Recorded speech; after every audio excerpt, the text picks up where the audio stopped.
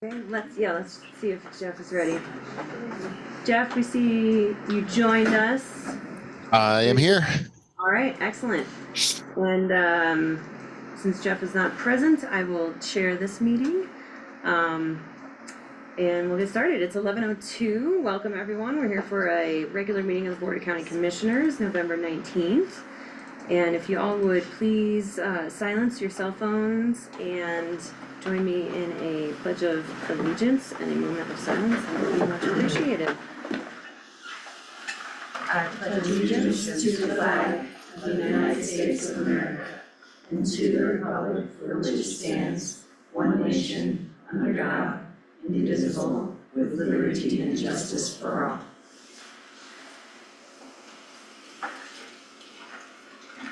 All right, thank you.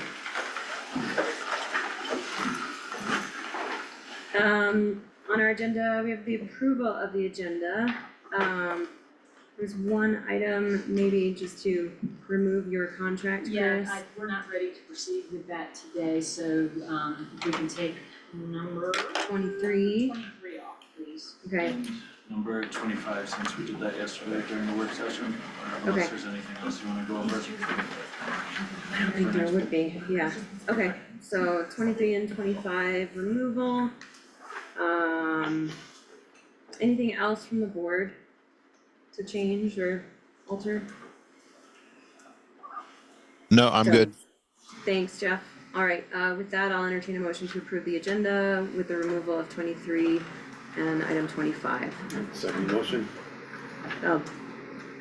So moved. You should say So so. moved. Sorry. I know it usually happens this way. It does. I'll second. Any further discussion? Hearing none. All those in favor? Aye. Aye. I Thank you. Alrighty, and we'll move into community informational items. Commissioner Fiedler, do you have anything for us? maybe just quickly, I'm not present in person because I'm coming back from the underfunded courts grant meeting. I think that went pretty well. Mike Prashada from the court system was there, so I got a good feeling from the room, and a lot of I don't know if sympathy is the right word, but sort of praise for us trying to get some renovation of the courts and detention moving. So we'll see how that turns out. Great, thanks for representing for us. Commissioner Edwards? No, nothing. Nothing? Alright, I don't have anything today either. And into public comments on items not on the agenda. I'll start with the room and then we can go to Zoom, and I don't know, Tim, if folks can raise their hands, and also if on Zoom you feel like we're not seeing you, go ahead and speak up. But first we'll go to the room. Is there any public comment? Please state your name and your address, thanks. Christian Leonard, 42 East 7th. Today I'm here as a member of Leadiness Latinx, here to read a statement from Leadiness. Dear Lake County Board of County Commissioners, we respectfully urge the BOCC consider critical importance of declaration to Lake County to be a sanctuary county to prioritize safety, dignity, and the rights of all individuals regardless of their immigration status. A sanctuary county designation will ensure local law enforcement does not cooperate with federal immigration enforcement activities that may lead to deportations or the separation of families.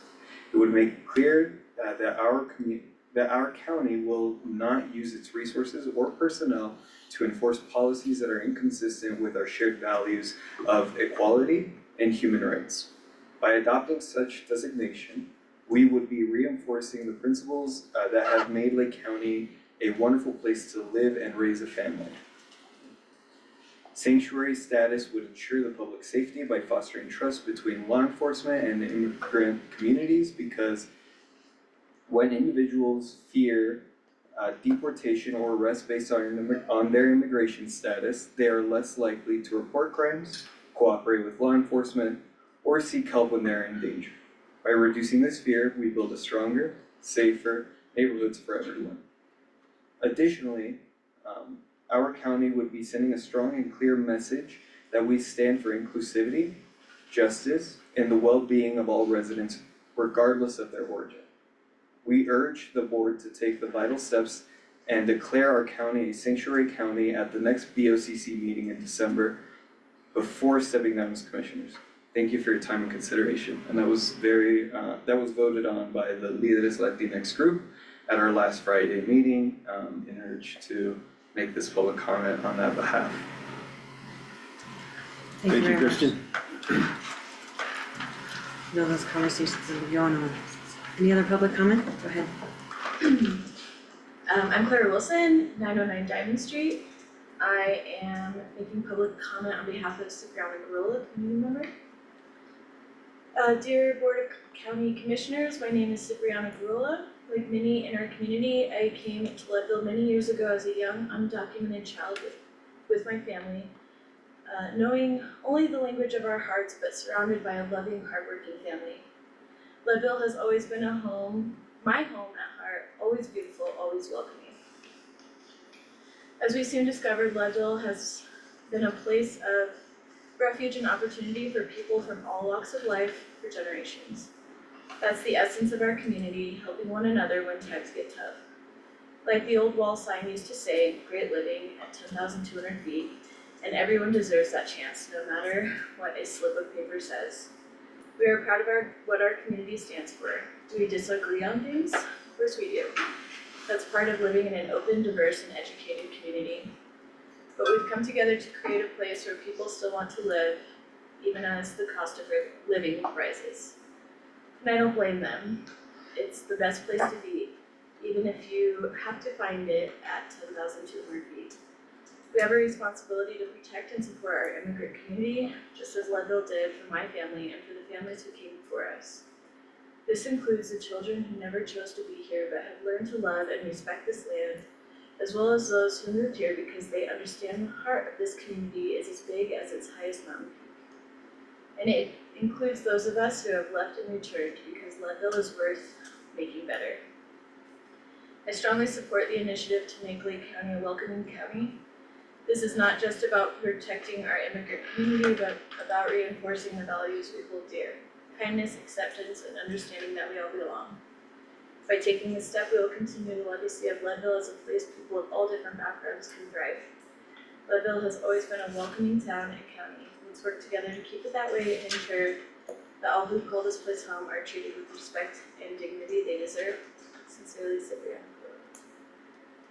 Thank you. Any other public comment in the room? Yes. Cisco Tharp, 315 Chestnut. I'm here today speaking on behalf of the Lake County Democratic Central Committee. We voted last night on a motion to encourage Lake County and the city of Leadville to enact ordinances ensuring that local resources and local law enforcement do not support immigrations and customs enforcement against our community members who are undocumented immigrants. This is in light of the upcoming administration change at the national level and the threat or promise to pursue mass deportation. I don't know what your experience has been as elected officials, but mine as a local elected official is that oftentimes what we're doing is trying to do the best thing for our constituents, swimming upstream against what's going on nationally and globally. I think if you look at housing, Lake County didn't create Lake County's housing crisis. Lake County is struggling against the big global national forces that make housing really expensive and make the economy such that wages haven't kept up with housing. We have taken action locally to try to help our residents access housing, and that looks a lot of different ways. You all have been a big part of that. I think this is another example of a time when, are you, the commissioners, responsible for immigration policy? No, of course not. Are you responsible for national housing situations? No, of course not.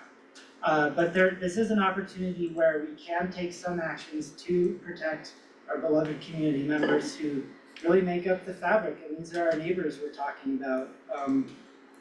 Some of the people you see at the schools every day, that you see at community events, that you might see going to work, because yes, they do work. Those are the folks we're talking about potentially losing from our community, and this would be an action to protect them. These folks don't make our county less safe. They do pay local taxes even though they can't vote. These are folks contributing to our community, and I think we need to step up and do what we can to protect them. So I'd like to ask that at your next meeting you have an ordinance ready, and I believe that language is ready from advocacy groups to implement those policies. And I think it's very important to do before the end of the year. And it's certainly something that we as City Council will also be considering, and I will advocate for at City Council. Thank you. Susan Fishman, 612 East 11th Street. Get nervous when I stand up and speak. I don't have much more to add to this. Ditto. I'll just add, I've been here for 22 years. I've been a teacher in this community. I've been a volunteer. I have worked with the immigrant community. They're my friends, they're my colleagues. They were my students who are now in leadership positions. So I really encourage us to move in this direction as a sanctuary county, and I will also advocate at the city level. The one thing I would like to say is you probably don't want to hear from everybody in this room who is here. So if anybody is just here, they don't want to make a public statement, but they want to show their support, maybe you could all stand so they can see the amount of support our community has. And if you want to raise your hands on Zoom, obviously, if anybody else wants to say anything, please say something, but I wanted to save you guys a little time and see the amount of support our community has. Thank you, Susan. Any other public comment? Are you opening it up to the Zoom at this point? And not at the moment, we still have folks in the room, but I will get there, I promise. Angel Gutierrez, 1977 West Highway 24, making this comment as a private citizen, not as an employee of the county. Good morning, my name is Angel Gutierrez, and I'm here today to speak in favor to declare our county as sanctuary county. This is more than just a policy proposal to me, it's a deeply personal issue that touches the lives of so many members of our community. It's about compassion, safety, and justice for all people, regardless of their immigration status. It's about the values that make us who we are as a community, caring for each other, standing for what's right, protecting the most valuable among us. A sanctuary county will send a clear message that all people, no matter their background or status, are welcome and safe here. It will give our neighbors, friends, co-workers, and families the security of knowing they can live without the constant fear of separation from their loved ones. By limiting the role of local law enforcement in federal immigration matters, we're empowering our deputies to do what they do best, keep our community safe. We're also building trust, especially with our large Latinx population, who feel more comfortable coming forward when they need help. When we make the decision to declare ourselves a sanctuary county, we're sending a message that we value and celebrate the diversity that makes the county unique.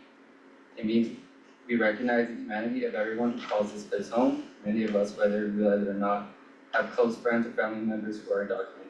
We all know someone who lives with that fear, the constant worry that their loved ones might be taken away at any moment. I can tell you from personal experience the impact of this fear is real. Every day, people who aren't undocumented live with the stress of wondering whether today will be the day they get that call that their loved one's gone. It's not just a policy, it's about real people, real lives. We have a responsibility to protect those who make our county a vibrant, diverse place. Becoming a sanctuary county will send the message that we stand with families that we won't stand. Our families are torn apart. In closing, I urge the boards to consider not just the legal or the logical implications of the decision, but the moral and humane side of it. What does it say about us if we turn our backs on our neighbors in their time of need? We have an opportunity to make a statement that says Lake County is a place where people are safe, valued, and welcome. A place where we lead empathy, where we lead justice. I'm Gloria Press, also here as a citizen and not as an employee just yet, until later on the agenda. 46 Comstock Court, and I lived in Mudville for over 30 years. just want to echo everything that everyone has shared, and as Christian mentioned, Leaders Latinos considers this very important, critical step to happen immediately. I think in the past, we have seen that other neighboring counties like Eagle County, City of Denver, were very public about issuing sanctuary status to their counties, and made it very well known so that they, people would feel safe. During times when we saw other counties or cities do this, we didn't see Lake County do the same. Leading, to judgment of, our law enforcement staff to, enforce or not. And unfortunately, I would say that, that didn't go well for a lot of families. And like I said, it sounds like we have the opportunity to, this time around, to ensure that Lake County does, vote on passing sanctuary status for a county and making it well known and like being an example to other counties as well. Because like I said, in the past, that didn't happen, while other counties did, and where governments can, make their citizens feel safe that way, there will be trust. Thank you. Thank you. Grayson Cooper, 125 West 17th Street. I'm a member of the school board, but I'm not here on behalf of the school district or the board. There's several other board members and former board members. So just appreciate you all being here.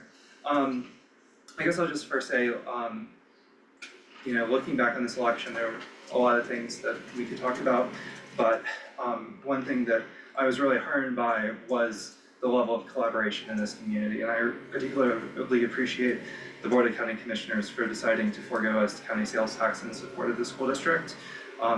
I don't think the 4A could have passed without that, and I think that we would be in a much different place as a school district were it not for that, so thank you for that. The school board is also considering this issue. We have a board member and our superintendent currently meeting with Alex Sanchez of Voces Unidas, looking at safe haven policies to, again, speaking as myself, not as the board, to ensure that students feel safe at school. The Supreme Court has determined that it is a right of students to attend school for free, to attend public school for free, regardless of their own documentation status or their parents. How can they do that if they're not safe?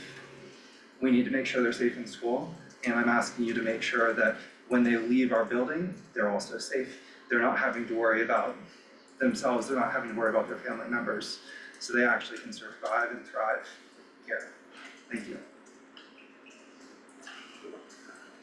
Hello, my name is Luisa Porras, 524 8th Street, and I come in here, I'm also member of Leaders Latinos. I just come in here to use my voice and advocate for my immigrants community, and hopefully you can hear everyone here and helping us like create this welcoming a place for every one of us. Thank you. Thank you. Hi, Lauren Barrett, 417 East 7th Street. I just want to echo what was shared already and show my formal support for what Leaders Latino Mexico is they're advocating for. Especially, I think that if we don't pass this, I fear that myself or people like me might take it into our own hands to protect our immigrant community against our own law enforcement, and I would hate to do that. And so I would really love to be working in partnership and supporting our immigrant community, rather than having to do a community-run process, which I think I would do. So I just really hope that we can, as a county, pass this as a safe place so that we're not in conflict with our own law enforcement. Thank you. Any other comments in the room? Okay. Very nervous as well, and all of this brings up. You can fly in public. I've seen you. Brings up past trauma, which is horrible. But anyways, my name is Audelia Contreras. I live at 150 Highway 300, and I've been here a little over 30 years. And it was very interesting I work at Full Circle. Everybody knows. I think it's hard to separate the hats because the experience and the things that I hear in both my professional and personal life. But one thing that a family said to me the other day is, you know, we went through this already in 2016, and this time it just feels like so much hate towards us, and they were very afraid. And more was when the conversation kept going, really fear that they might even be harmed physically by people in our community that don't look like them or think like them. And that was really hurtful, because I don't think I've ever seen that or felt that ever in my time that I've been here in Lake County. I grew up here. So I hope that we can show as a community what we talk about all the time, the values and the equity, that they're not just popular words being used at the time when they're popular, but we can really put all of those words into action. Thank you. Tim Best, 607 Harrison Avenue. I'm the director of the Bridge Program at the Advocates of Lake County. The Advocates are dedicated and committed to advocating for the most vulnerable citizens in our community. As also an elected in our community, I take that also to be my main focus, and should be the main focus of any government, to protect the most vulnerable citizens. This election recently was a referendum on a lot of things, and one of them was on immigration. So I have to point out that Lake County rejected the policies of Trump's immigration deportation policies by voting majority against Trump. Therefore, by passing some sort of resolution accepting Lake County and Leadville as sanctuary status, we would be supporting the will of the voters as well. So I urge you to consider passing such a resolution and adopting sanctuary status for our community. Thank you, Tim. Hi, I'll support. 315 Chestnut. Sorry. I just wanna say, I feel like if I were in y'all's shoes, which I will be, it feels important to me that when a group of our neighbors comes forward who feel directly under threat, I feel like it's not up to us to decide how to help them or for us to decide what they need. It's to listen very clearly to what they need and to honor that. Because our neighbors who have experienced this deepest trauma, who see it coming down the road again, they are the ones who are absolutely the most informed about what is needed to protect them in the future. So I just wanna honor that, however you all feel as decision makers about what might be the right course, this feels like an important time to listen to what the people who could be most harmed by this feel is the right course. That would honor and respect their past experience and protect them in the way that they're asking. Thank you. Anyone else in the room? Okay, we'll go online now, please. Folks online, if you can raise your hand, that'd be helpful. That puts you to the top of the queue there. But if you cannot, then please just speak up.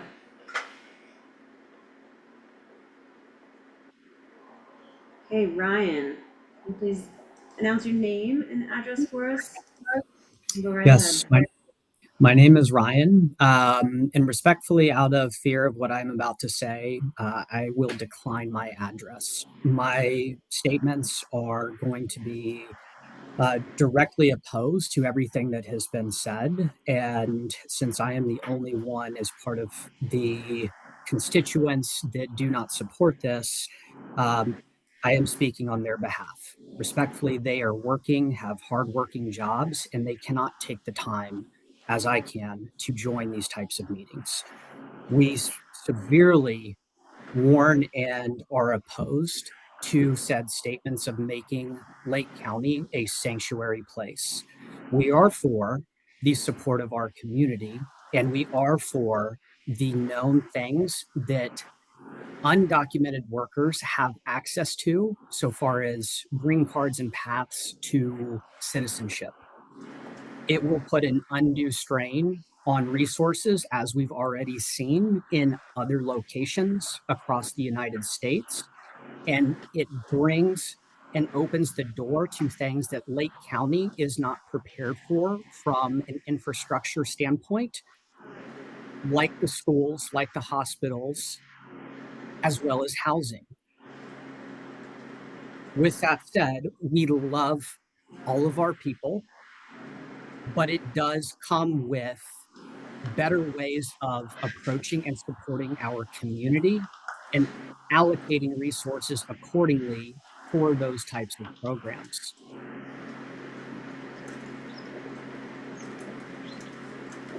Thank you.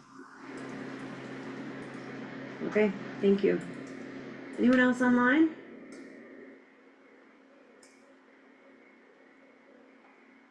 We don't see anybody, okay. Gracia? Hi, my name is Gracia, 301 West 4th Street. I'm the lead consultant for Leaders Latinx and also a member of the board of directors for the Lake County Community Fund. I've been proudly called Leadville my home for the past 5 years. I care deeply about this community and everybody in it.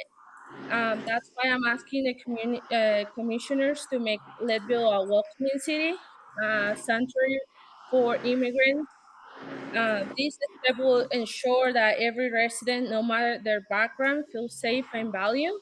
Where people feel protected and they can contribute fully to our economy, our schools, and our neighborhoods.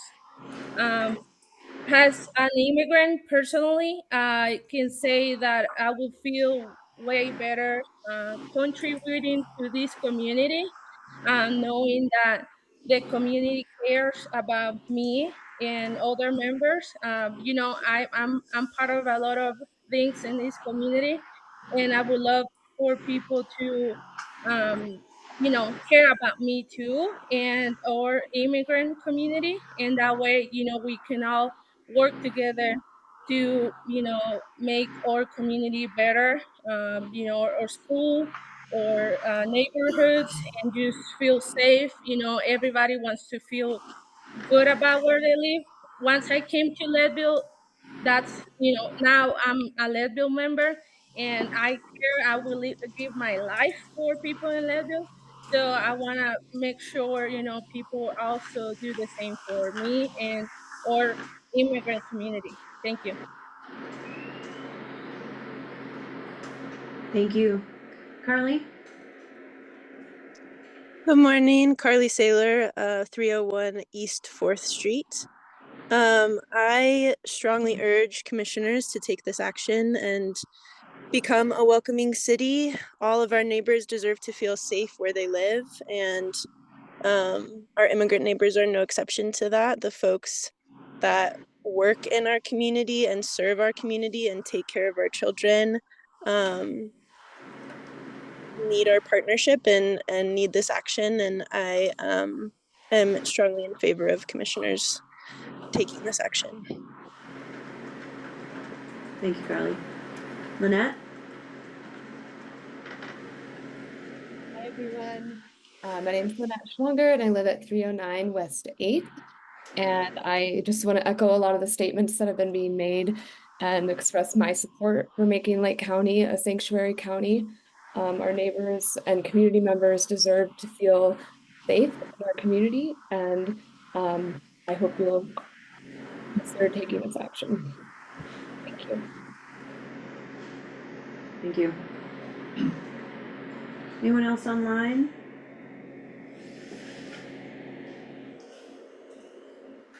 Anyone else in the room? Okay. I don't see anyone else online, so if you do have a burning desire and we're just not seeing it, please speak up now. All right. Okay, Casey. Sorry, folks. I'll be brief. Just wanted to add my support and just express how important I think it is that the county take this action. So that's all I have to say. Thank you. Okay. I think it looks like that concludes public comment. Thank you all for coming. Appreciate that. All right. Have a good rest of your meeting. Absolutely, you too.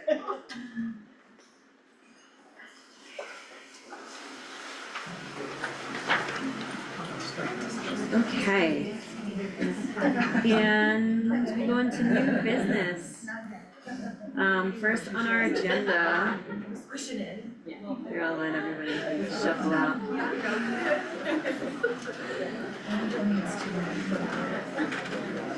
Okay, first on our agenda, we have discussion and consideration of a proclamation of Lake County, Colorado, supporting Colorado Gives Day 2024.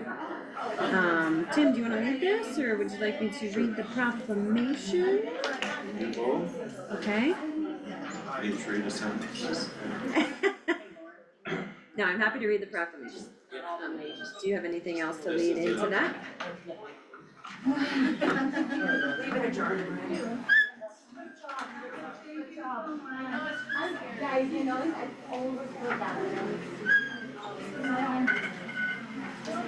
So annually in Colorado, we have what is Colorado Gives Day. It is for folks to, during the holiday season, to give to nonprofits across the state for various interests and things that people support. So that the community fund has asked us to do a proclamation. So this is just a proclamation of the commissioners proclaiming that Lake County supports Colorado Gives Day. Thanks, Tim. Yes. Because it is a proclamation. I'm gonna read it. I'm going to proclaim. Yes. Okay.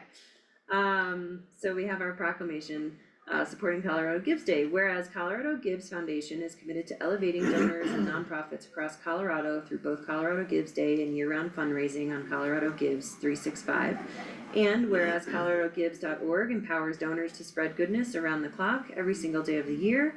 And whereas donors have the freedom to choose the causes that matter to them the most and collaborate with incredible nonprofits that are tirelessly working to make good happen in Colorado.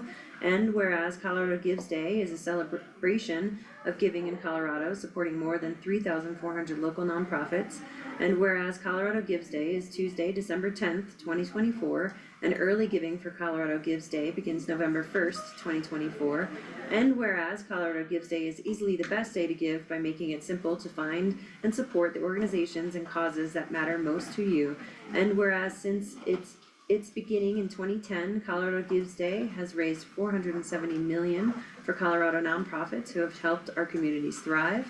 And whereas Lake County Gives is a collaboration of Lake County nonprofits with the Lake County Community Fund, and together we are on a mission to enhance the quality of life in our community by strengthening collaboration, fundraising capacity, and awareness of the nonprofits in Lake County.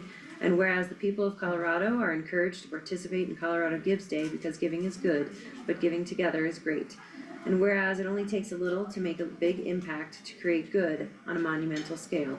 Therefore, be it resolved that we, the Lake County, Colorado Commissioners, do hereby proclaim our support of Colorado Gives Day on December 10th, 2024, and to recognize the positive impact it makes in our community.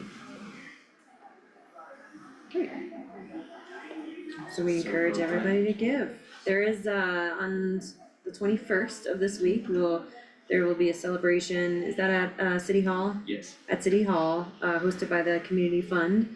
We will have some representation there. Unfortunately, our board has conflicts, but our deputy manager will be there along with Commissioner-elect Elsa Tharp. And we encourage everybody to give and be generous to your local nonprofit that you support, or more than one.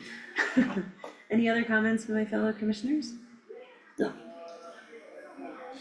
None for me. All right. Thank you. And I don't think we need to we don't take official action. We've just made the proclamation. Excellent.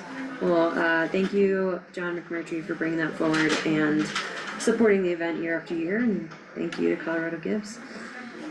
All right, on to our next item of business. Discussion consideration of the adoption of resolution 2024-33, a resolution to approve the financing of the certificate of participation, or the COP, for the renovation of the Lake County Government Jail and Courthouse. We have Alan Matzlaus here and Tim and our attorney and our team to kind of help guide this conversation. Sure. So Alan, fill in where needed, but so for 25 years in this community, we have discussed various options for renovations of this facility, a new build of a new community justice center, renovations solely of just the jail or holding facilities. Anyway, lots of upgrades and things that do need to happen. It's not lost on anyone that Lake County has a lot of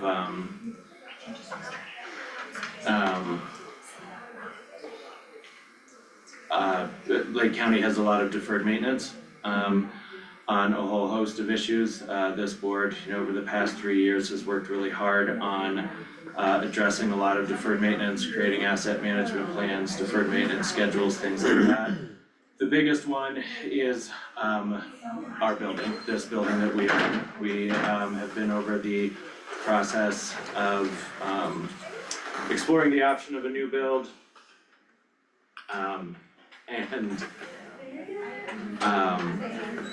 You're doing great. You're doing great. Wait. It's just lots of distraction. It doesn't stop. It's not You can tell them to stopping. leave, or ask them to leave. Please, should walk farther away. Talk quieter.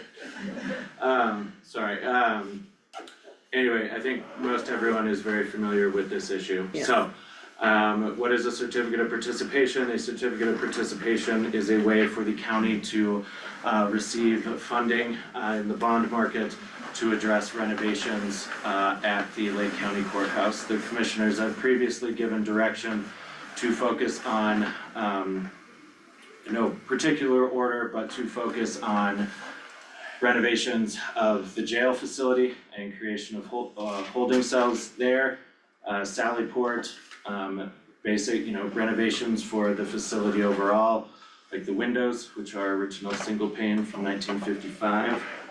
Other, if you didn't notice, we'll put them in your office. Yeah, we could put them in a museum. And other just needed facility upgrades for this. As well, Commissioner Fiedler went down this morning to Denver to present to the underfunded court fund to ask the state for grant funding to help with renovation costs for upstairs for the courts and their staff. So really where we're at today is discussion of the resolution to approve the financing for the certificates of participation. Alan, is there anything you wanna add in before the commissioners start discussion? Thank you, Tim, if I can. So Alan Matlos with Stiefel, working with the county on this financing. I just want to say in the resolution, there are limits, there are what we call parameters in the resolution. So the maximum amount borrowed is 12 million. The maximum interest rate is 5%, and the maximum annual payment is $835,000. And this is looking at a 25-year financing maximum. And I just want to make sure you understand there are limits. So this is not an open-ended approval for anything. This is limited approval. This is a common form of financing across Colorado and across the country. And I think I've worked on certificates of participation for, I don't know, maybe 20 or 25 counties during my career. So be happy to answer any questions as the discussion continues. Great, thank you. I have a question. Go ahead. Can I ask it now? Please, yeah. Yeah, okay, on the preliminary debt service schedule, there's two designations, insured versus uninsured. Can you please explain the difference between those two? Yes, good question. So there are two steps in terms of getting the credit approved. So the first is a rating, and that we had a call last week with Standard & Poor's, that's later on your agenda, to get a rating. So that's a standalone rating for the county. In addition, there is a concept called bond insurance, and there are two firms in the country that provide this insurance. It's a little bit of a misnomer, but what it is, it's a policy where there's a one-time payment, and then during the whole term of the COPs, if for some reason the county didn't make a payment, missed a payment, or whatever, the insurer would make the payment on behalf of the county.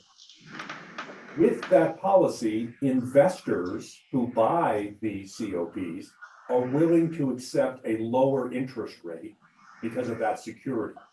So what we do is we ask the two insurance companies if they would approve this for insurance and what their cost would be. Then we compare that cost to how much the county would save on interest. And so we're in that process now. You can see that the payments with insurance are less, and that's our goal, but not guaranteed yet. Okay. And I think for some of the discussion items, you know, or just, I don't know if you have further questions at the moment. No, I mean, but yeah, I kind of want to go into kind of a recap of our conversations over the numbers and figuring out, yeah, how we might draw down that lending number if that's the desire of the board. Do you want me to? Yeah. Go, okay. I realize, yeah, and I appreciate you reaching out too. But with that 8 million in interest over the 25 years, that still seems like not so far away and quite an impact on the county budget. So I do admit, I think I lost track of where we were talking about our projections against the general fund incorporated with our revenues. And so I, for one, am definitely willing to consider drawing down our general fund more and borrowing less for the health of the county long term. I wanna have that conversation if we, I mean, I don't wanna rush it, I don't know if it can be quick, but I think we all kind of have that in our head, and I would be willing to draw down quite a bit more so that we are looking at a number closer to, I don't know, 8 million. What number, do you have a number in your head, Tim, on what you would have more comfort with borrowing? Well, I think really it is, okay, so the discussion, you know, for the board, so just like an overview of what we've been working on and where we've gotten at. So current general fund balance is a little over 13 million. And then we have previously discussed a $2.5 million general fund contribution to this capital project. We do have $3.5 million secured from the congressionally directed spending. So, you know, that's either $5.5 or $6 million. Can go 6 million, both there. So what we had been working on is, you know, a project total of about $18 million for renovations of this facility. I think, and we'll discuss this later on in the resolution about the general fund reserve policy and things like that.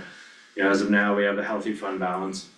There is an opportunity for the county to commit more of the fund balance towards this project to either lower the amount that would be borrowed.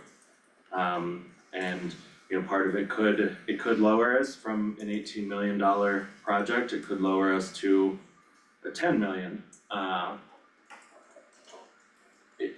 not 10 million, well, it could be a $10 million budget, things like that. There is still a little over $1 million remaining from when 3 years ago when the commissioners committed funding from the general fund for the community justice center. Yeah, for the purchase of the land, that was not nearly that much. Yeah. Well, and I will say the whole general fund is at the level it is because of the anticipation of the project. Correct, yes, We the board thought has been thoughtful and about that Yes. we would put a significant amount of that towards this project. correct. So I think it's, you know, up for discussion now, and Alan, correct me where I'm wrong, you know, the resolution could change the amount, if the commissioners have a different number that they would like to take out. Correct. This resolution is the maximums, but you can change those maximums as well, just by changing the numbers. And I have a calculator, I can guide you if there's math is proportional, so that's good news. So if you decide to go from 12 to 10, then that's just, we can do that pretty quickly on the fly here, or whatever number. This, just to be clear, if this resolution is approved, this does not obligate the county to do anything. This is simply enabling. And then the county will have time. We're expecting to, if we move forward, to sell certificates on the second week in December. So you have time to decide what the right number is. This is just the maximum enabling resolution, if that's helpful at all. Can I ask a question on the logistics on that? Like, I would imagine that, I mean, we can't bounce. I mean, just again, like as a practical matter, we can't be bouncing around with too many different numbers. But if I'm hearing where the resolution is essentially sort of an up to amount, and we could lower it, but I mean, we can't be coming back to you like twice a day with like a different number. That's going to get impossible, right? Yeah, you can bounce around. So this is the way the process works, is right now, we are asking for a bond rating or a COP rating and the approval of bond insurance for up to 12 million. When we get the rating and if we get approval for bond insurance, you can always be less. So that's the maximum. No, we don't want to. If it's never going to be 12 million, we should say that now. But that doesn't matter. Your discussions are fine until we get to the sale date for the certificates. And right now that's the 11th, I think, of December. Then you got to make it. Then we got to know. But we can update numbers. Commissioner, I'd hope not twice a day, but we'd be happy to update numbers if you're having discussions about the appropriate project and borrowing amounts. Okay, thank you. That's helpful. Yeah.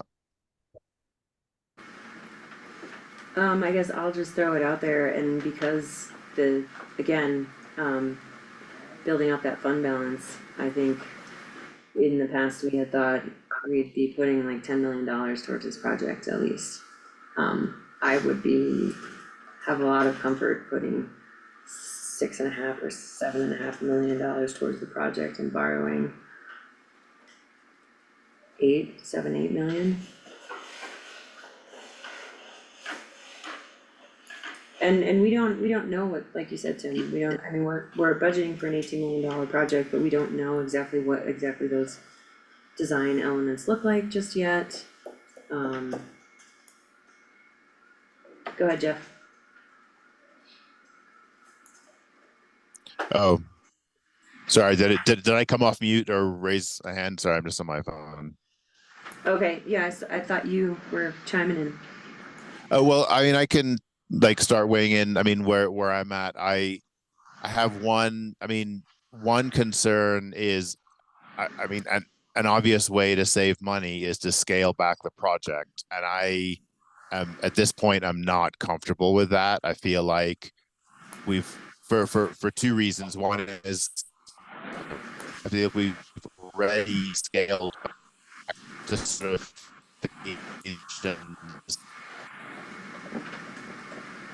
Jeff, we might have lost you. Are you en route?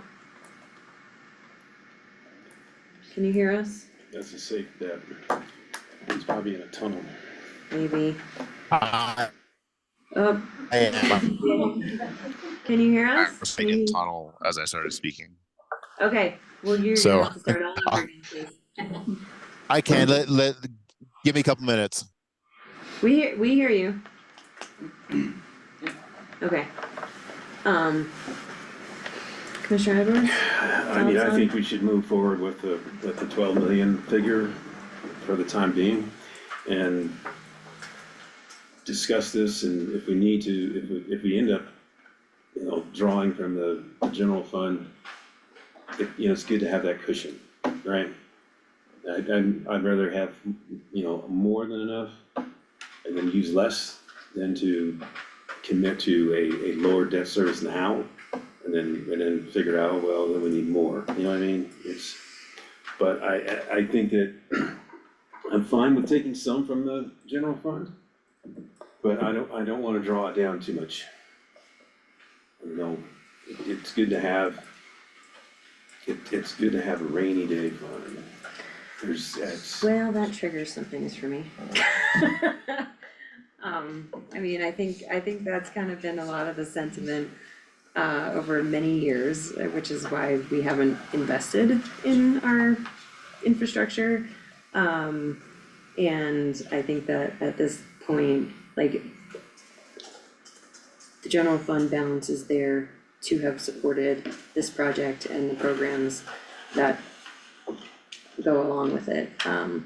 So I do understand what you're saying, but I think I'd rather err on the side of keeping the budget the same and not saying, we'll borrow 12, we'll budget for an $18 million, and we have an extra 10 to inflate a project beyond like what we wanna do. I think. Yeah, I'm not suggesting that. I actually don't think you were. Yeah. History tells us that we have experienced those things happening in that way. Well, yeah, I mean, with these projects like this, on a building like this, there's always gonna be unanticipated expenses. You start peeling back the onion, you know, it's no telling what you're gonna find there. Yeah. So I'd rather have the ability to borrow up to that much. But we're really kind of going into the unknown here. And then the other concern I have is, and I could be wrong, but my prediction is that the next 4 years are gonna be rather tumultuous. And how that affects the national economy and the local economy remains to be seen. But I hear what you're saying, and I'm not categorically opposed to drawing down the general fund, but I don't wanna draw it down too much. I guess that's my main point. What's too much, do you think? I don't know, that's a topic of discussion we need to have with the county manager, department heads, you know, what are their, you know, long-range forecasts for what they're gonna need. We have other infrastructure needs around the county too, and so, you know, I'm just saying, I'm okay with drawing from it, but I don't wanna draw it down too much and tie our hands in preventing us from doing other things. Mhm. So there's so many calls on our funds, and there could be some unanticipated expenses in the near future related to the immigration situation. And I think we need to have resources available for those things. If I could just ask, and Sure, maybe for Chris. Alan and Tim too, or for the commissioners as well, what additional information do y'all need between now and December 11th, which is essentially 3 weeks, in order to determine what amount you want to borrow? Because essentially, as Alan mentioned, the resolution just authorizes up to that amount. You can you have until December 11th to decide what actual amount you want. And so to help inform your decision as to that actual amount, is there additional information that y'all need from us or from Alan's firm in order to make that determination? I can say for me, it's a good question. I mean, for me, it's not, I don't think it's anything from Alan's side or on the sort of like technical side of how this happens. It's more probably just seeing how our 25 budget shakes out, and then pull, look, continuing to look at that sort of 3, 5, 10-year projection spreadsheet we had, and sort of see what that trade-off of drawing from the general fund versus what annual financing we're committing to, just sort of how that plays out with where our 25 budget is landing, and then some of the other uncertainties that we were beginning to discuss. So that's sort of my initial answer to your question, Chris. Thanks, yeah, because I wanna make sure that we're providing y'all with all the information you need. Yeah. And maybe while I'm unmuted, sorry, first of all, sorry I cut out there in the tunnel, and I'm not sure where I cut up. This didn't come across clearly. I am reluctant to scale back the overall, budget or estimated cost of the project. Yeah. I think really, I just worry that that will hamstring the project or hobble it.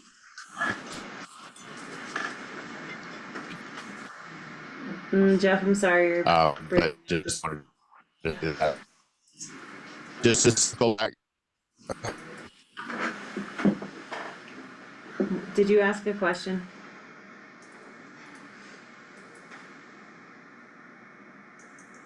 Jeff, you broke up a bunch. I'm sorry. If you are back in service, please feel free to chime back in. Oh, I think we lost him. I kind of anticipated that decision needing to be made today, so I don't know that I need any more information. For me, the greater risk comes from that longer term commitment, and so for me, buying down or reducing that lending today is the better long-term security, barring all things unknown. And I also will say, I think 6 million is kind of in my head as a lowest general fund balance, which does not give me any pause. I do think that we have as much in other assets that we've been talking about, kind of like reallocating or thinking of that in a different way of like our cash on hand is not all that we have should we need it. So I do think that we have to not forget about all of those assets as well that could be liquidated. I mean, in my last 8 years, we've been talking about what if, and we haven't really needed to get to that point through the last 8. I'm not saying, I mean, something may happen, something will happen, but there might also be other options. So I would feel really comfortable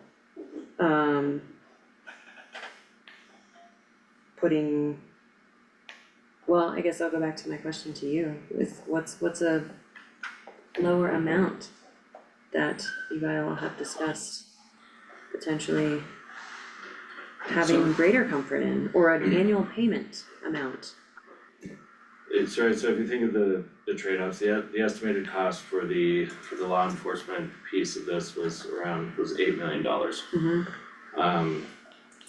So, and just thinking of future year trade-offs, right? Having the debt obligation and making that payment. As we look at the 25 budget, the discretionary funding that the commissioners have is a little over 600,000 that I presented last week. Just within the revenues generated. Just within current revenues, current mills and current sales tax rates. Our sales tax revenues are starting to plateau. They haven't really declined, but we have seen a decline in our lodging tax rates. Surrounding communities, Eagle Summit has started to see a decline over the past 2 years in their sales tax revenues. I think there's a lot of things that would make Lake County still appealing for day travelers or things like that. We do have a lower cost of tourism compared to going to Vail or Breck or things like that. It's cheaper to come here. It's, we are within a few hours of the Front Range. We're still a tourist destination. So I am not forecasting like a large decline in tourism dollars or a drastic decline in that. However, with the new federal administration, I don't know, you know, gas is cheaper, then people will probably travel more and they'll come here more. Just thinking through those scenarios. I think the risk is not the risk, or the consideration is those future years when the debt payment, if sales tax revenue decreases by $2 million, you know, there'll just be trade-offs within the county's budget of what to fund and what not to fund. At that $835 Yeah. ish $1,000 Yeah. debt payment. So current projections, you know, the COP payment is built into the 25 budget, everything we discussed last week. So those projections are in there. Yeah. It's just what the trade-off is, right? So perhaps if there's less of if the debt payment is less, then there's less, or there's more discretionary funds for future boards to fund whatever capital request it may be. There's you know, just the discussion we've had over the past several years of just, you know, living within our means, and we're doing that. We're doing great at that, and I think, you know, we have a collaborative sheriff. So there are trade-offs perhaps then with the project as well. Maybe it's 4 instead of 6 building cells. I don't know.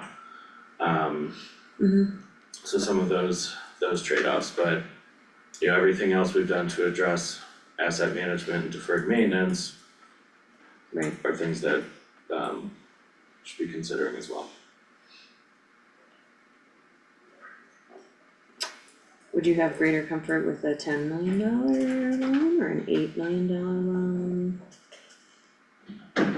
Will you answer? You don't seem to be wanting to answer that question. I of course would be comfortable with taking out a less amount in the COP. Yeah. 8 million is much more appealing to me than that. You know, the nice thing about the COP funding, if we move forward with this, right, we receive the funds, those can go directly into an investment account, and we can realize the interest income on those things, because we're not gonna spend all that money within the first year as we phase in the project. Yep. So, you know, we've been good at that. This year we have a little over $2 million in interest income, so I don't know if the markets are gonna stay the way they are, interest rates are gonna stay the way they are, we can't guarantee that, but there's the ability to realize the interest income. Yeah. I mean, I think 8, if we put a max at 8, that is 4 million more from the general fund, correct? Yeah. And that leaves us with 9 million, which is still a really healthy balance. And I think we could get there easily. And can you look to see, Jeff, are you back with us? I think I am back. Yay. How much of our conversation have you heard? I have been back hearing like the last 5 minutes. Okay. So yeah, and I mean, I can try to chime in again. I mean, I think that contemplating pulling more like 3 or 4 additional million out of the general fund. I mean, Sarah, like going down to like 6 and pulling like 7 or 8 out of the general fund feels that feels like a lot to me. You know, especially.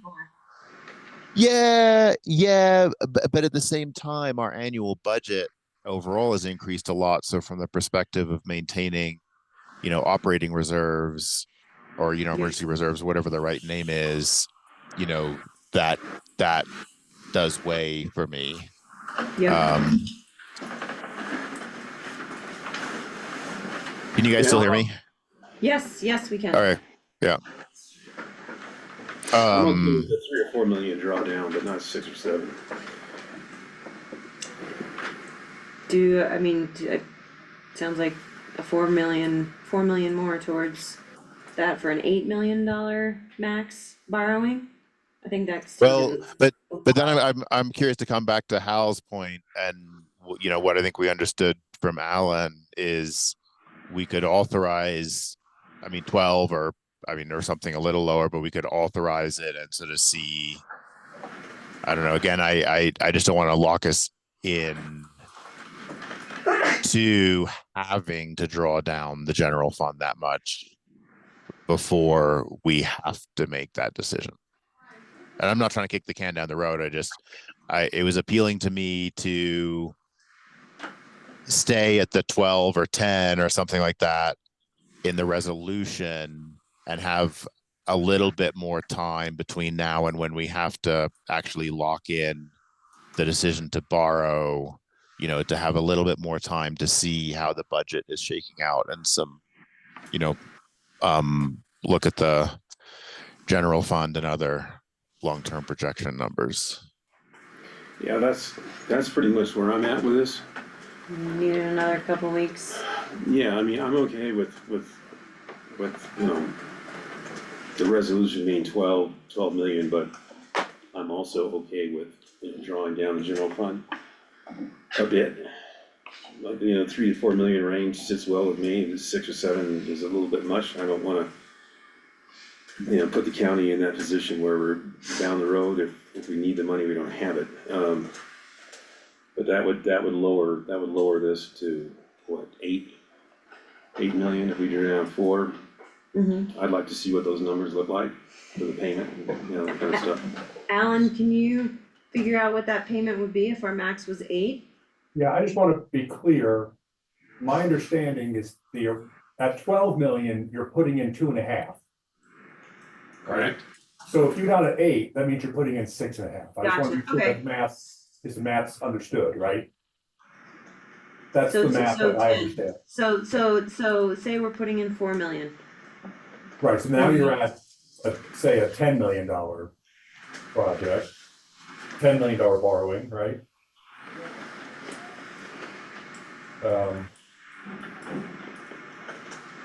One second. No problem.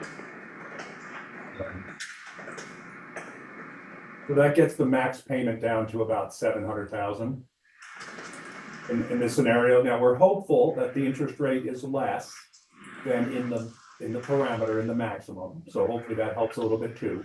But 12 to 10 reduces that max payment from about 835 to 800. If that's 700. helpful. No, I'm not saying that's the right answer. That's just one thing of math. And if you went from 700, right, Alan? It reduces the 835 to 700. You said. Right. I'm sorry. No, that's Right. okay.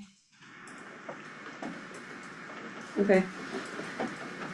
I think we're not gonna get a crystal ball on the projections. I think we just have to make some decisions on where it is we wanna set the best trajectory for the county. And I would definitely be willing to do the 4 million. I appreciate my fellow commissioners being willing to do that as well. If we get to the point,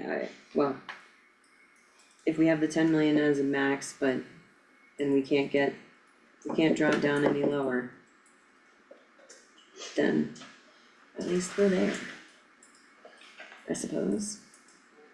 Commissioners, you're right. It's so that's about 700,000 at the 10 million and about 560,000 at 8 million. If those numbers are helpful.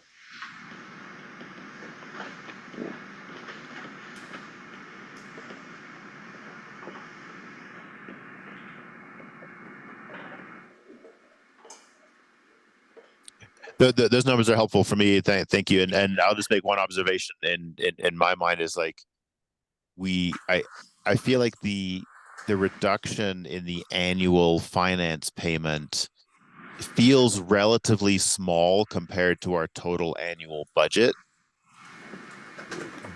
given how much we start taking out of the general fund.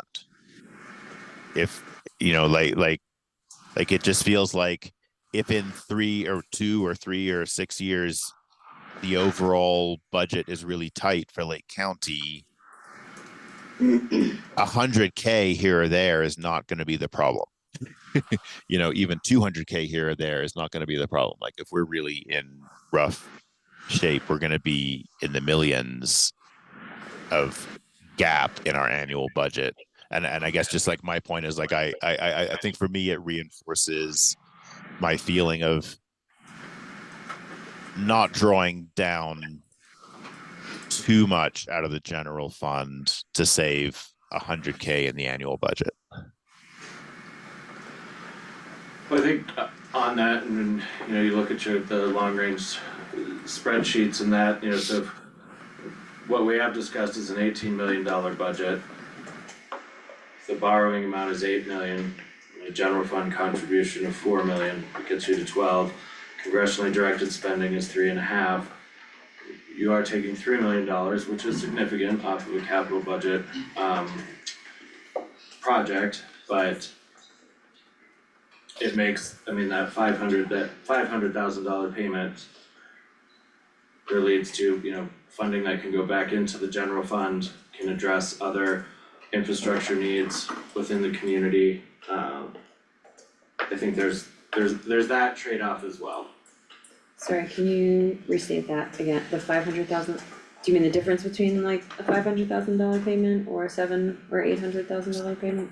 So the commissioners, if you move forward with $8 million and Alan's math is right at the 560, or even we call it like the 600. It frees up more discretionary funding for the future boards. At current mill levies, current sales tax, everything now and the projections for the next 5 years and then even 10 years out, we will be able to absorb that. But it'll just, the trade-offs, right, whether it's on personnel, other projects, those kind of things. When will we know what our interest rate is? Well, at what point will we know what our interest rate will be, Alan? We will keep updating the county on interest rates. We would want to get the rating first, so we know where that is, and then whether we have insurance or not. We can just keep updating. The final terms are set on the day that we sell the certificates. So we will keep updating, and then this is generally how it's worked for the 547 deals I've done, is we get comfortable with the number. If the rates come in lower, so far no one has argued that that's a bad thing.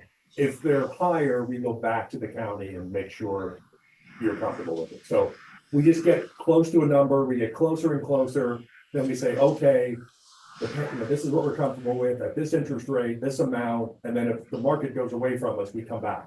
But if we accomplish a better set of terms, then we're good with it. So that's kind of how we do it. So, but we're still out a ways.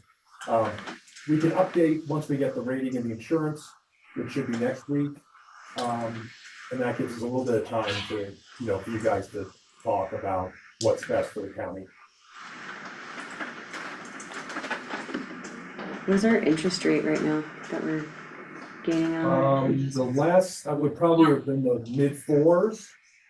We put 5% in the resolution, just in case rates moved. I'm looking, sorry.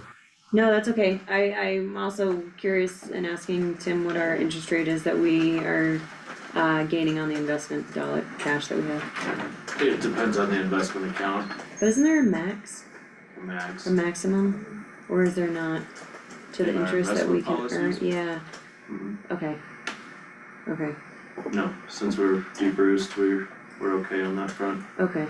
Yeah, when the investment policies that you guys approved last year, direct the treasurer on the certain kinds of investments to make, or the safer investments to make, but those may fluctuate. in those, those will fluctuate.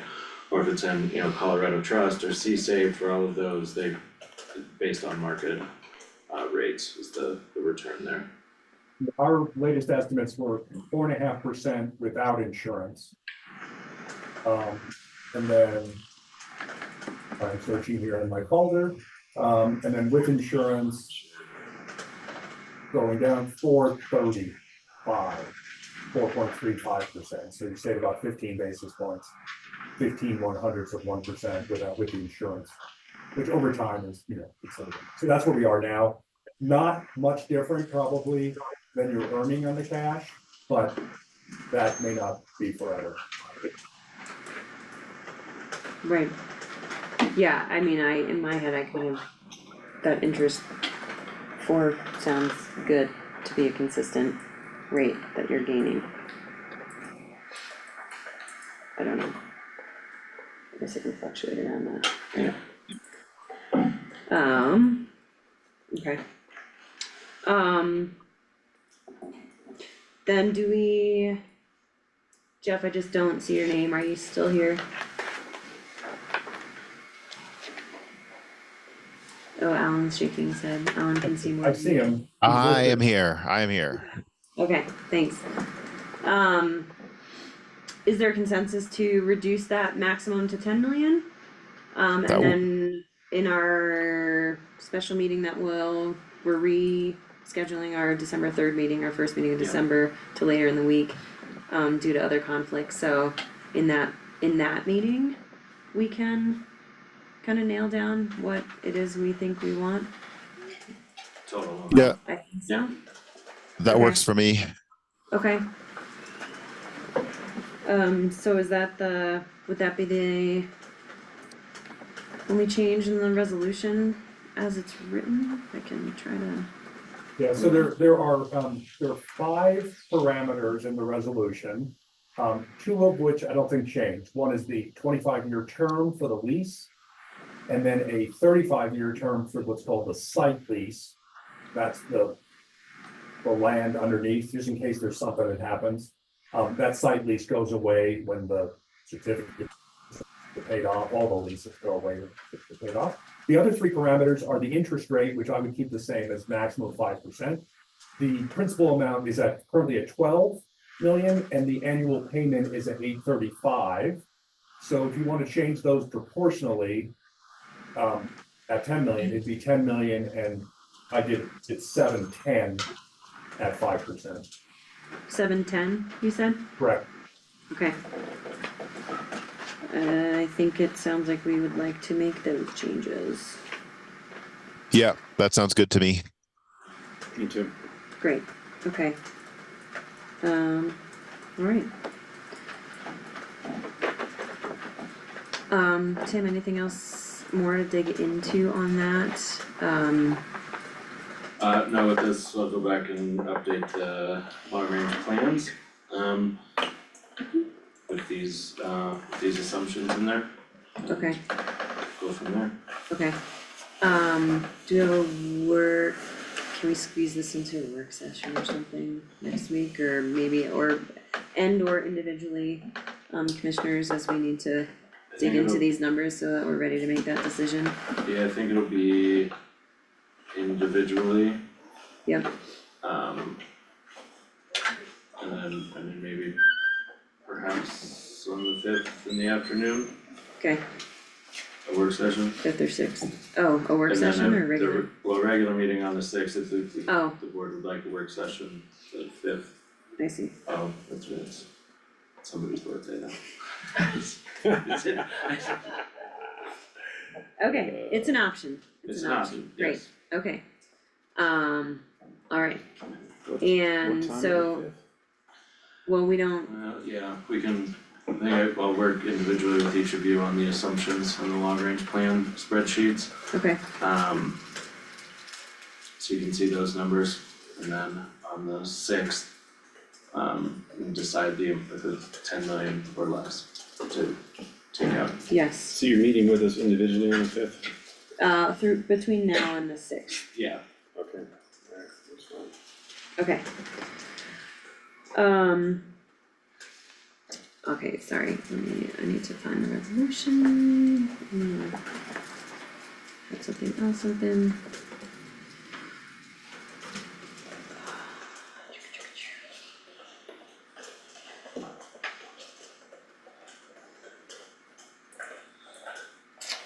Am I looking at the red line?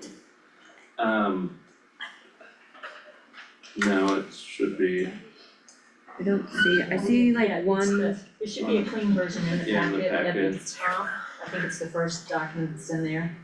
Lake Okay. County 2024 COPs authorizing resolution. Okay. There should be a clean version in there.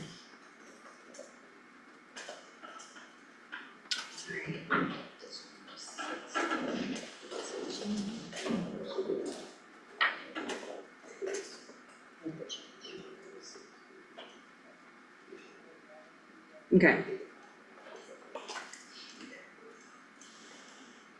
And this is resolution number 33. Right. So I will entertain a motion to approve resolution number 33, a resolution authorizing certificates of participation to finance the construction of certain capital improvements, renovations and upgrades to the county's Justice Center with the changes made to the maximum principal amount changed to $10 million, which would change the projected annual payment at 5% to $710,000. That also needs to be reflected in the document.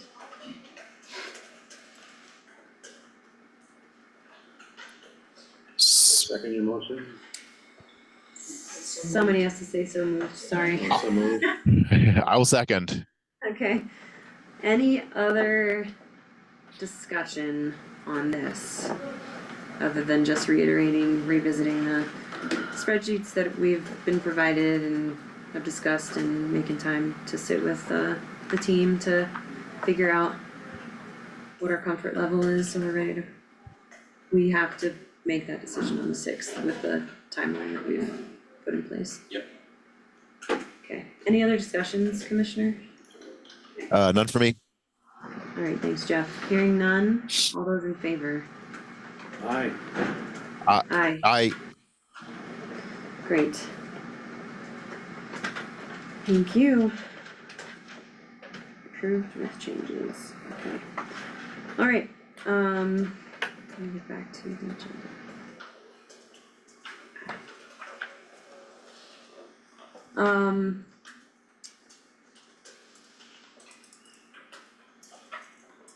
Here we go. Next item of new business, discussion and ratification of the letter of engagement with S&P Global Ratings for credit rating for Lake County, Colorado, regarding the certificates of participation. Tim? Sure, so similar to, a mortgage on that, you have to, get your credit score and the bank check you out and all that, so this is a similar process for Lake County government, so S&P Global Ratings will conduct a credit assessment of Lake County government. Financials, our finances, all of that, determine our, is essentially the county's, credit score. This, will also inform, the county's ability to receive the insurance. Very good. Are there any questions for Tim or the team on that? Nothing for Commissioner Edwards? Commissioner Fiedler? None for me. Alrighty. I'll entertain a motion to engage with, to approve the engagement with S&P Global Ratings for credit rating for Lake County. So moved. Oh, I'll second. Any further discussion? None for me. Any further discussion, Commissioner? Okay, hearing none, all those in favor? Aye. Aye. Aye. Okay. And item number 4 on our agenda, discussion and consideration of the adoption of resolution 24-37, a resolution adopting the Lake County General Fund Reserve Policy. Take it away, Tim. Sure, so as we continue to improve our financial and budgetary practices, another piece of that will be our general fund reserve policy, which will complement our procurement and contracting policy, our financial policies overall, and our budgetary process. So in essence, the purpose of a reserve policy is to ensure the county remains financially stable by maintaining appropriate reserves to prevent major disruption in regular business operations. So we drafted this with an eye towards GASB 54, which is Governmental Accounting Standards Board, which defines what the funds are, how the funds can be done,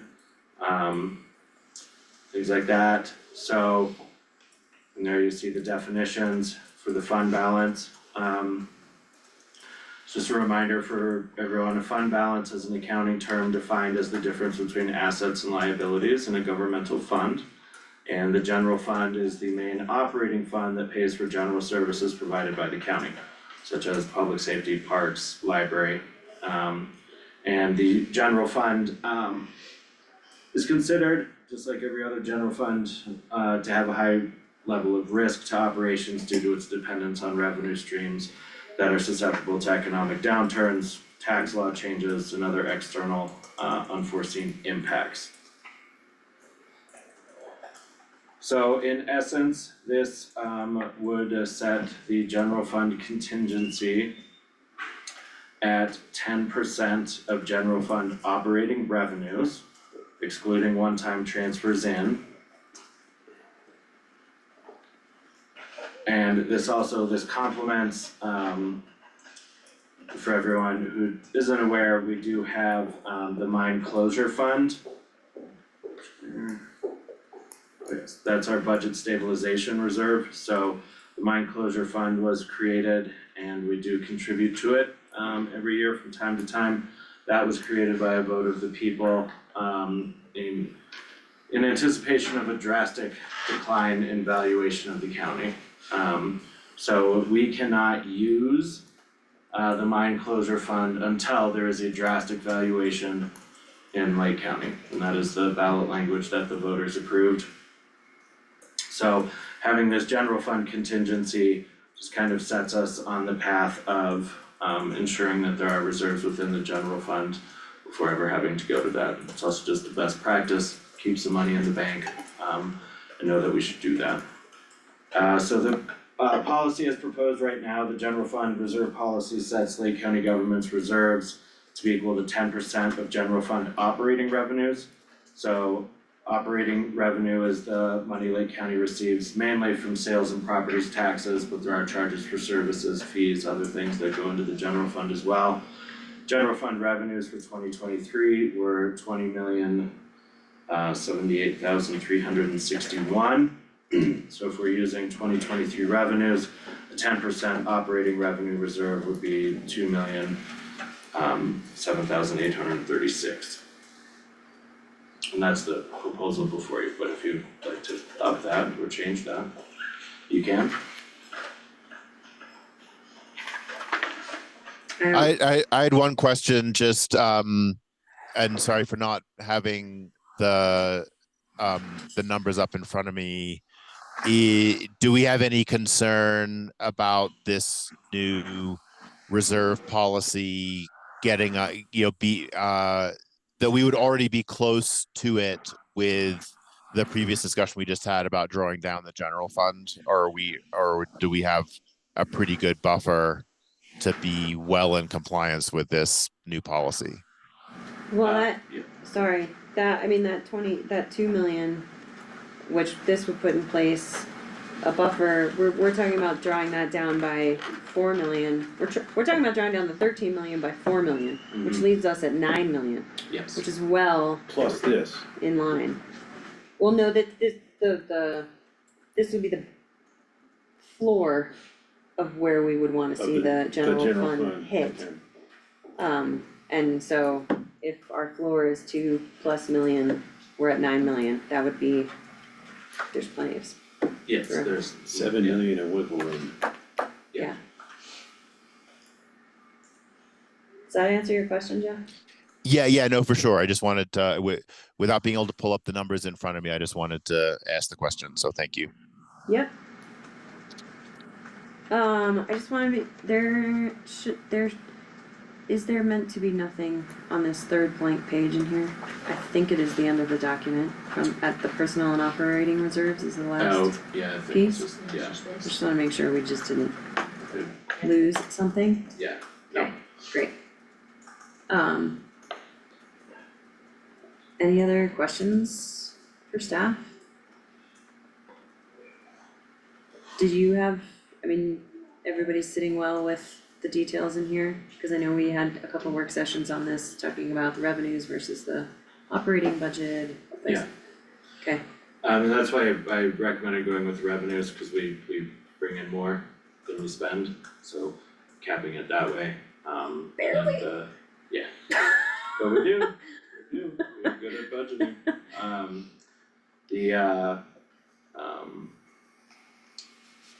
It also, it is up for annual review, like the rest of our policies, so this will be reviewed annually for effectiveness or any changes that need to be made. Of course, future boards, should they want to spend down past that or need to do that, need to bring it forward, for a vote to change the policy, but then to also vote on that budgetary aspect, so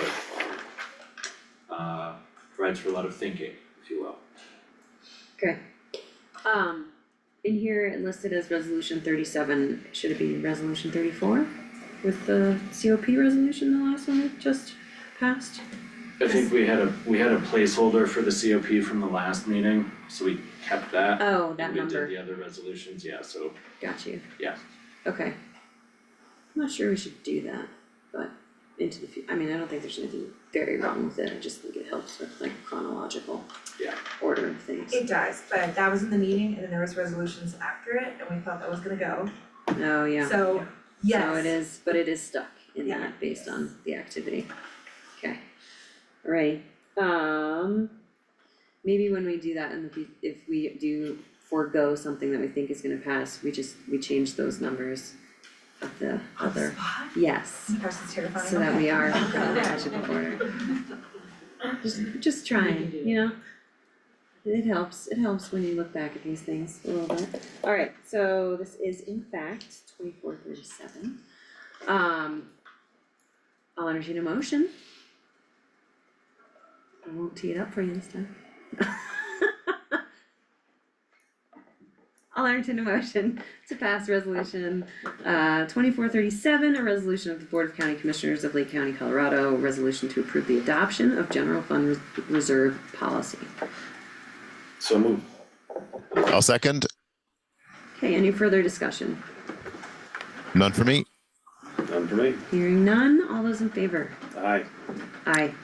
Aye. Okay. Thank you. Okay, Thank you, Alan. thanks, Alan. Have a great day. You too.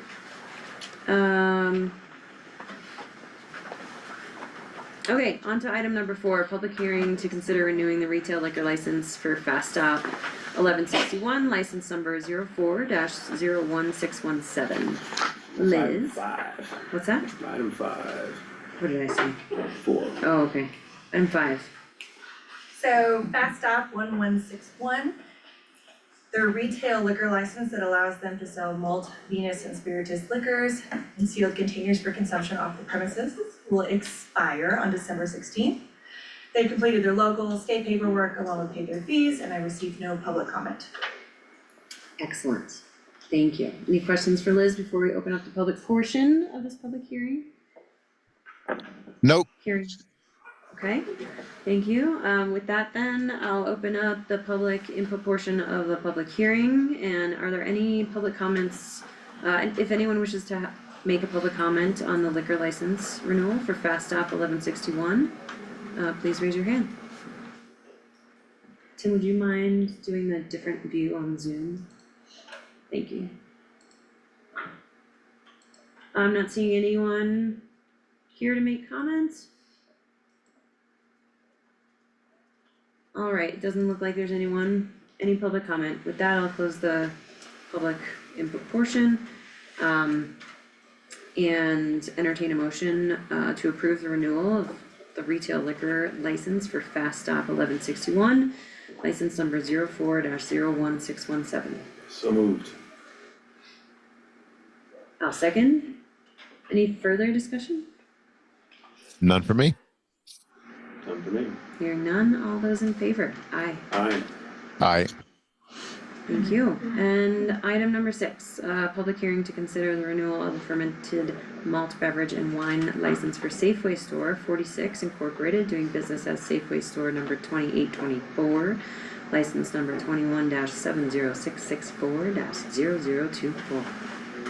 Go ahead, Liz.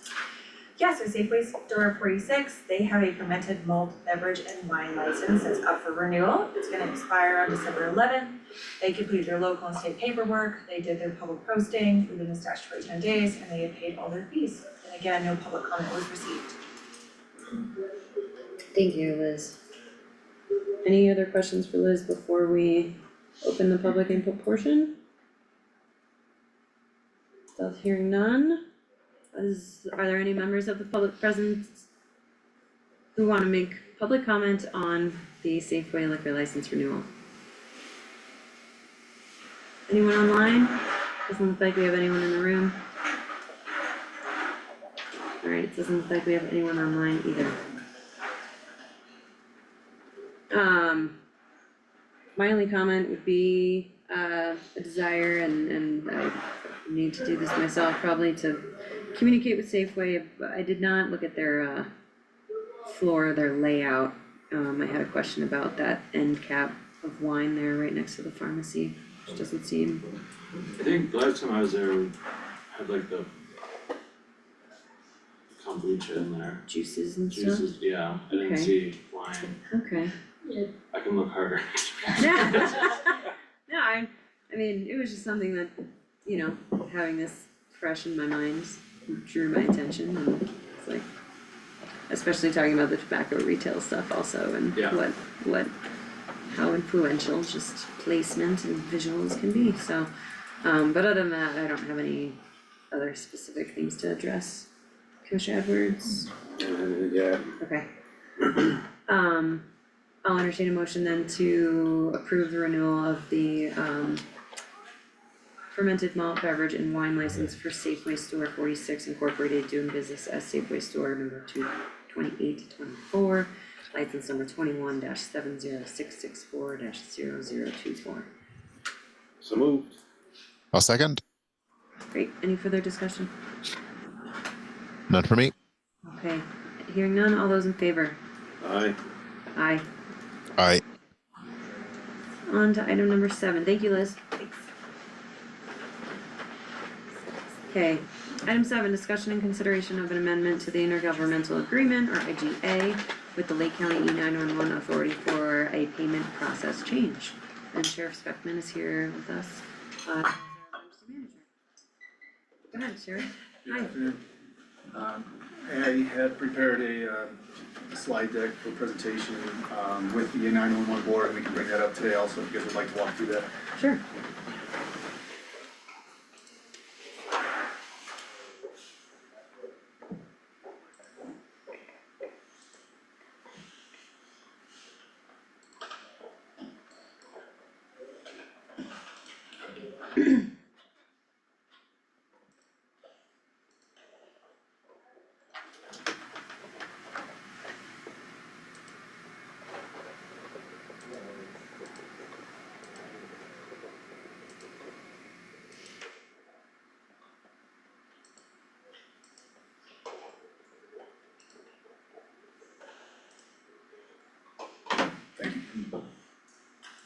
Okay, so we're in our final stage of a payment change process to the intergovernmental agreement that we're looking to implement for 2025.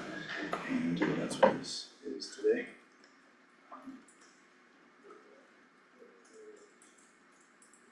A little background, the original IGA for the E911 Authority was created back in October of 1990. And then the first amended IGA came out in 2018, and it was between Leadville and Lake County. Where we're at now is with the second amended IGA, which was restated in the fall of last year. It now includes City, County, Leadville, Lake County Fire Rescue, St. Vincent General Hospital District, Leadville Police Department, and the Lake County Sheriff's Office. With the restated version of this IGA, St. Vincent was added to it.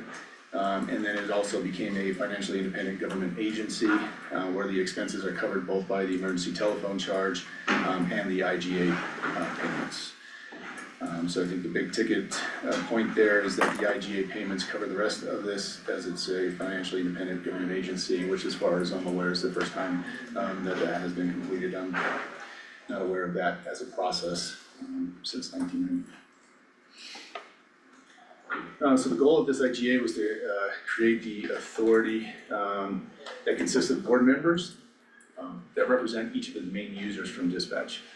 So in our dispatch center, we primarily dispatch for the sheriff's office, the police department, fire rescue, EMS are the primary user entities that are involved in there, and so we wanted a representation from each one of those to help grow dispatch, to help guide dispatch.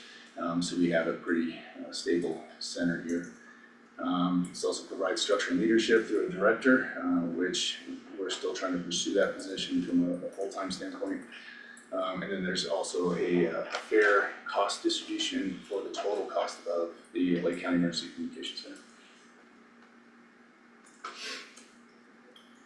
So the current IGA, this was part of the restated version to help with the annual payments and to understand that. We are seeking a change to this that's in front of you. Some of the main points here is that the party shall make an annual contribution to the fund to fund the authority, and that we're using call type analysis CAD reports. So the CAD report is pulled from our dispatch center, and it just shows calls, who's going where and doing what, who's the primary agency. The first issue that we're running into this year is we're switching from an E4 software system to Motorola Flex, and they don't have a call type analysis report. That was something specific to E-Force, so that was an issue for something that is sustainable. And so we're looking to reword that, and that so the total amounts paid will be sufficient to cover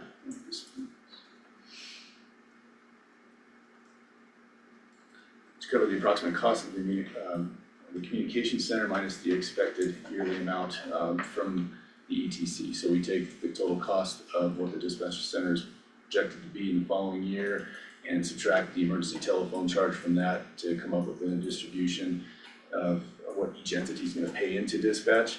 And this is based off of currently in the IGA for each agency's use of the dispatch center, which made a lot of sense to us last year when we created this, but then I'll, in the next slide, tell you why that's kind of an issue right now.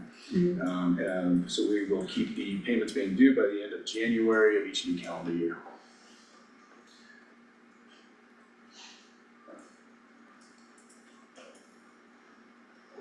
And then also, before I jump into the changes here, this covers, so this is section 107 CI of the current IGA, which gives us the direction on how to change the payment process.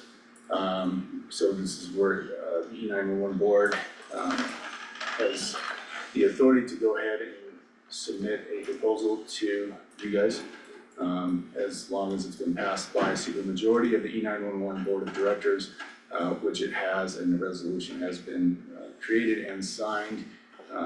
This was passed by more than a supermajority, it was passed unanimously by the entire board of directors for the E911 authority, so that's why we're at this stage now where we're proposing the change to the BOCC.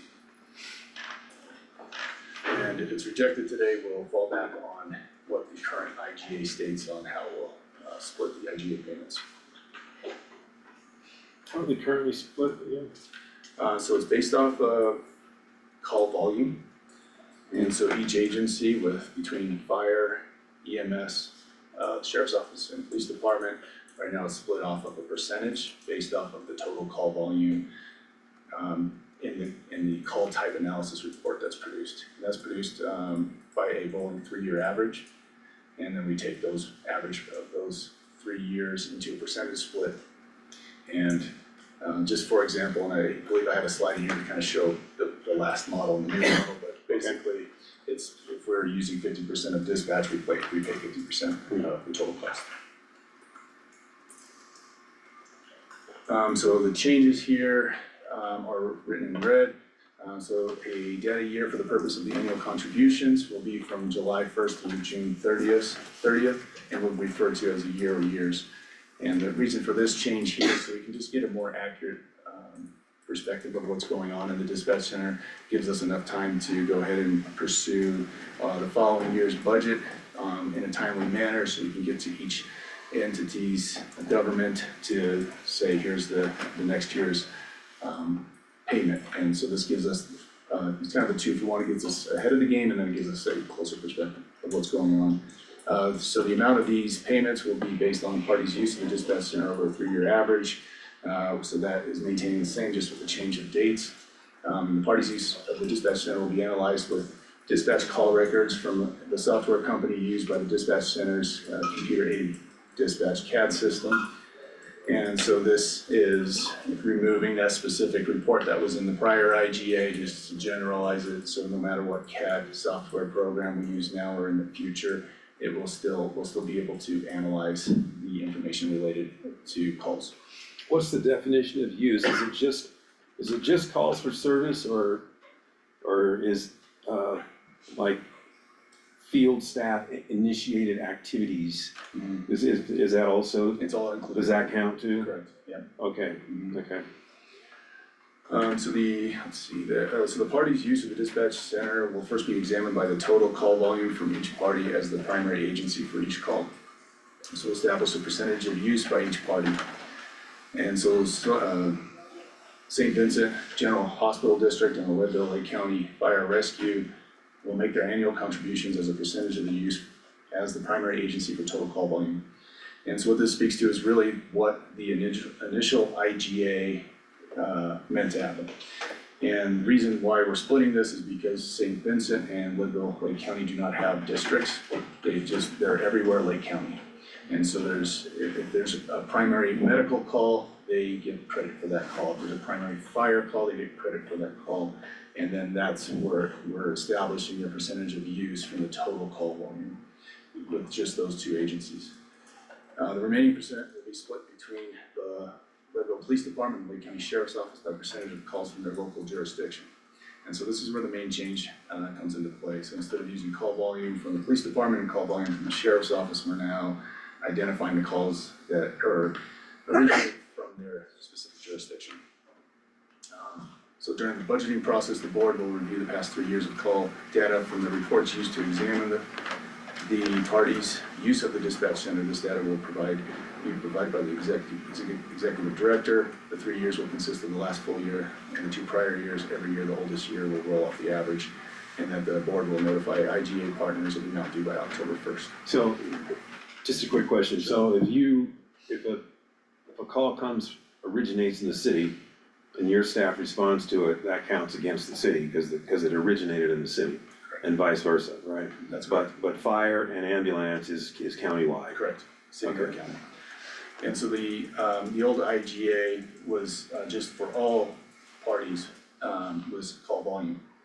And so the reason why this became an issue is with the Lake County Sheriff's Office covering a lot of calls within the city limits. We were paying more for dispatch center for calls that were originating within the city's jurisdiction. And so what this established, this change establishes a split of jurisdiction, so it doesn't matter who responds to the call. The government where that call originated from is now responsible for the payment. So if a deputy has like an on-view incident in the city, and they use the dispatch center, that still counts as a county sheriff's office call, right? If they initiate, what's that? If they initiate the call? If one of your field staff initiates something in the city, that requires dispatch, right? Which is pretty much everything, right? Correct. So is that gonna be considered a city call, or is that gonna be, a county call? So right now, that would be considered a city call. A city call. Correct. Because the incident took place in city. Correct. And vice versa, so if the city officer's out there and they handle something in the county, it's gonna count against county. That's correct. Okay, all right, thank you. Okay. Just a quick question, do federal law enforcement assets use the call center? Yes, so there's federal and state that Right. will hop on our Yeah. call center. Yeah. And when looking through the numbers, it's usually such a small percentage, and we're not their primary dispatch center, it's just, you know, they're assigned our channel in case they're in the area, they don't rely on us, they have their own dispatch center. Okay, so they really don't care. Correct. Okay.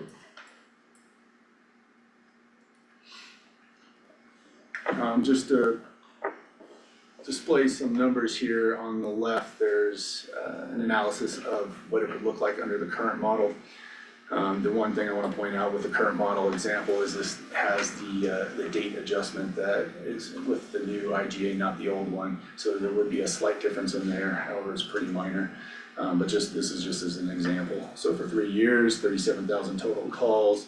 The Lake County Sheriff's Office had almost 20,000 of those, the PD with a little over 11,000, and then about 3,000 each for fire and EMS. And then so under the current model, if we use the new dates, the Lake County Sheriff's Office would pay almost 52% of the dispatch center, PD 31%, and then fire and EMS between 8 and 9%. And that's the amount remaining after the emergency telephone charge.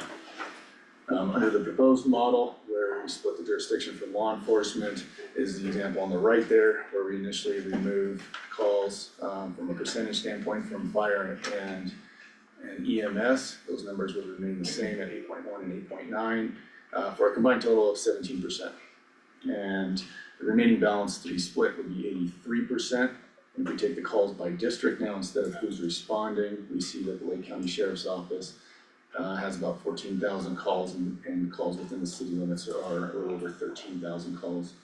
And then I took the percentage split and explained in the parentheses there, where that was 52 and 47% of those total district calls, and then that removed from the 83%. Gives us the 43.2% for the sheriff's office now, and 39.8% for the. So it pretty much evens things out. Correct. And that's what, again, that's where the issue came, is that we found that, even though we had a higher call volume, those were happening within the city limits.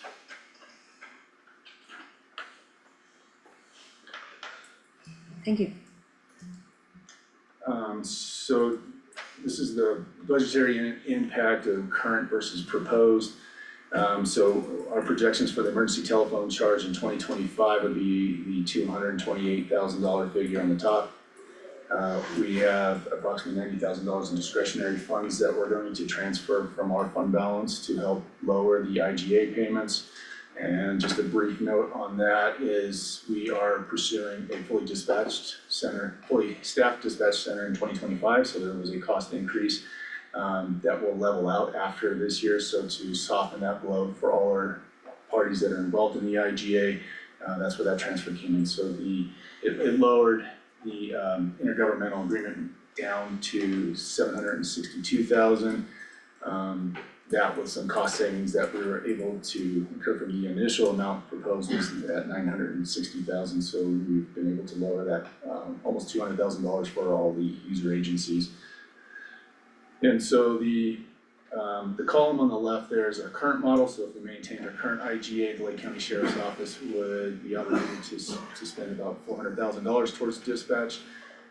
PD at $237,000, and then Leadville Lake County Fire Rescue at 61, St. Vincent at 67. And the proposed model doesn't change for those last two agencies. The main change happens with the law enforcement. And so the new payment amount from the Sheriff's Office would be about $330, Police Department 303, and then the right column shows the differences for each agency. And this would cover our total revenue expectation. That transfer is a one-time transfer from your. Yeah, and that's what we are not changing, we still do by the end of January to make those payments from each agency. It's basically, I mean, overall, looking at this in 30,000 feet, it's making it more equitable within the law enforcement area.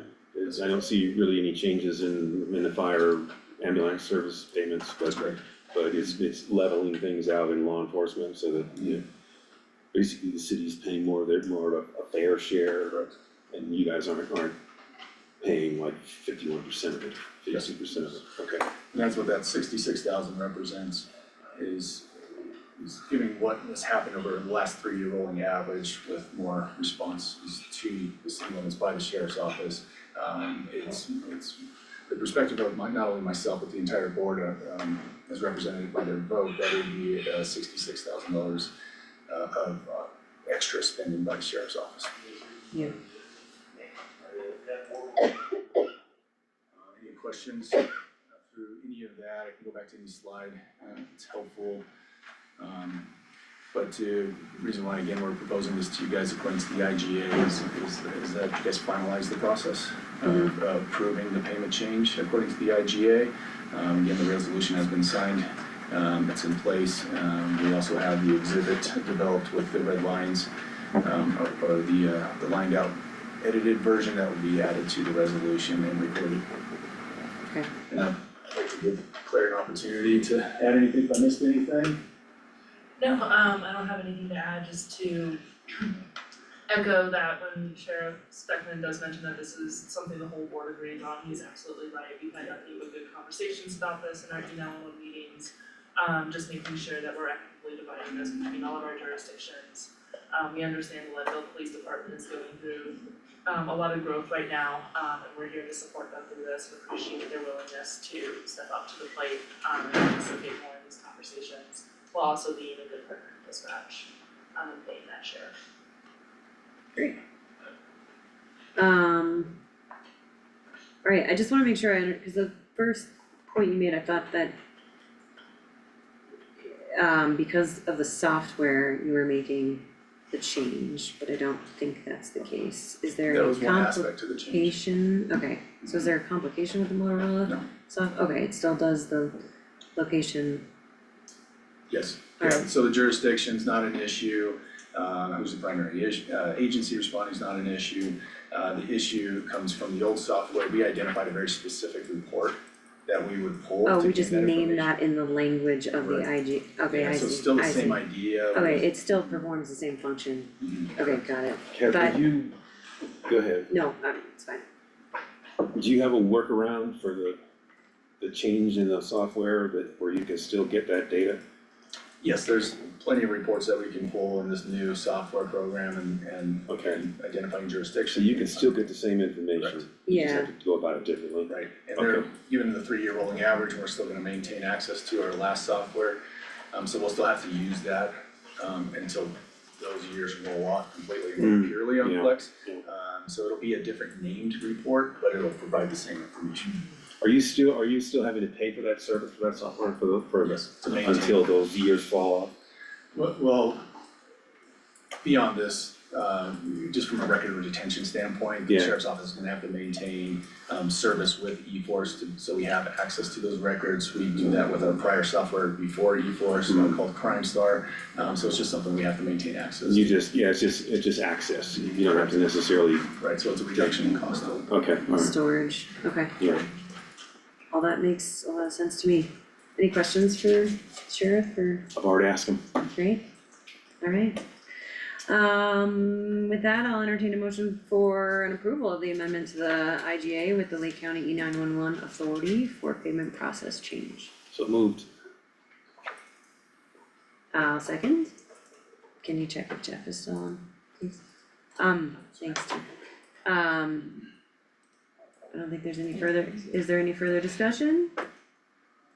Commissioner feedback?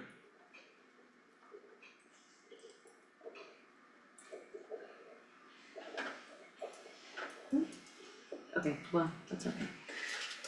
No further, I don't see any further discussion, so all those in favor? Aye. Aye.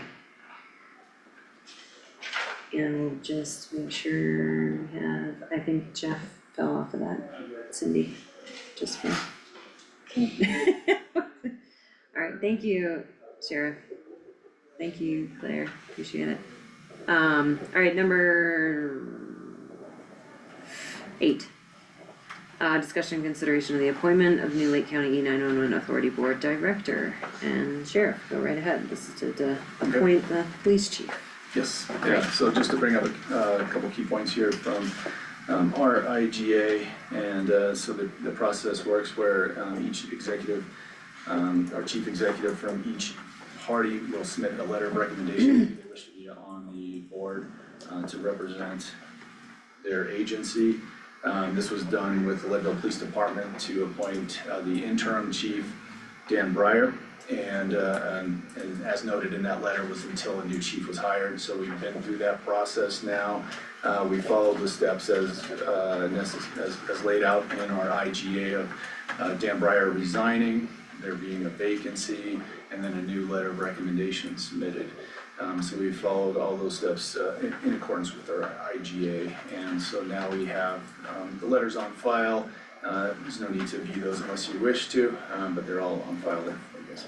And so your authority in this process is to appoint those positions to represent. So the request today is to appoint the new police chief, Dan Trelka, as the representation for the Leadville Police Department onto the 8911 Board of Directors.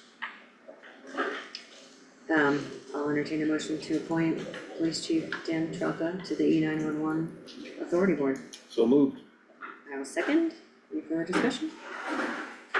All those in favor? Aye. Aye. Great. Thank you very much. Thank you, everyone. Thank you, Sharon. Thank you, Claire. Hey Heath. Are you gonna be around this afternoon? Yes. Okay. Yeah. I wanna touch base with you later on. Okay, thanks. Alright, item number 10, discussion and consideration of land use file 9.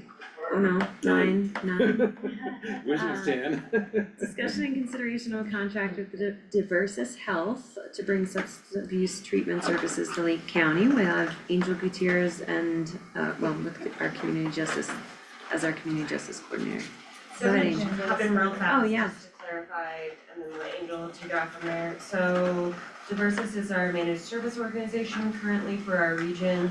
They allocate services for funding for behavioral health services. We applied to be able to bring behavioral health services to our community. Just wanted to clarify, our request is approval of the contract, but also giving us permission to draft an RFP and then allowing the county manager to approve the RFP. This funding was approved, or was allocated to us July 1, so we're really anxious to try and get moving with it. So just clarifying that we'd like to be able to get your approval with drafting it and then allowing Tim to Post it. Great. Yeah, and so the Vail Health, Behavioral Health that's on there, we're moving forward with an RFP instead of a direct contract. So just clarifying for the public. Okay, thank you. Sorry, Angel, go ahead. I emailed the PowerPoint to that BOCC email. Hold on, please.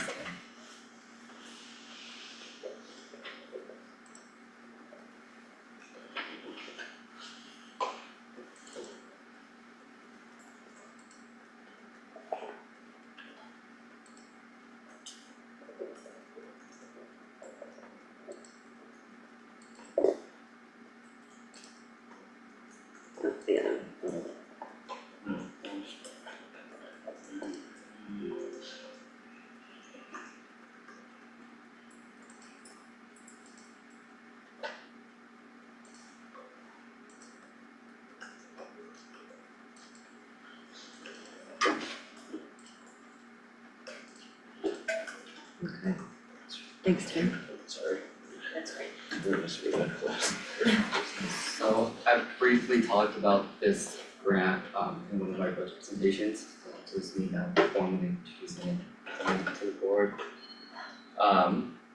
So some very simple background. This was based on Bill 16202. The bill was signed and passed on June 1st, 2016. Essentially, the goal for this Senate bill is to increasing access to effective substance use disorder services.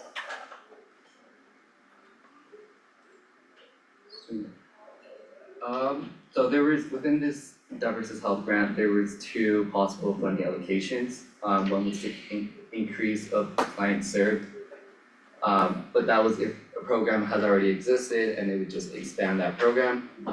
The second sort of funding would be the expansion program or facility. This would create a new program, so new programs would be established or expansion of the existing program, which is what we applied for. Since we would be creating a new program for our county,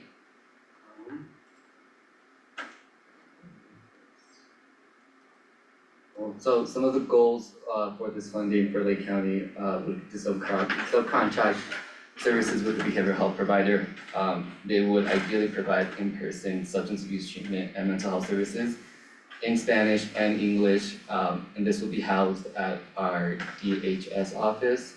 We've done some walkthroughs, and that space is appropriate to do group stuff and then individual stuff.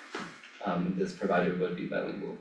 Some targeted populations, individuals involved in the criminal justice system, probationaries, youth, people in pretrial, post-incarceration individuals, and others. We'd also be working with our child protection folks, and then as well as our Latinx population.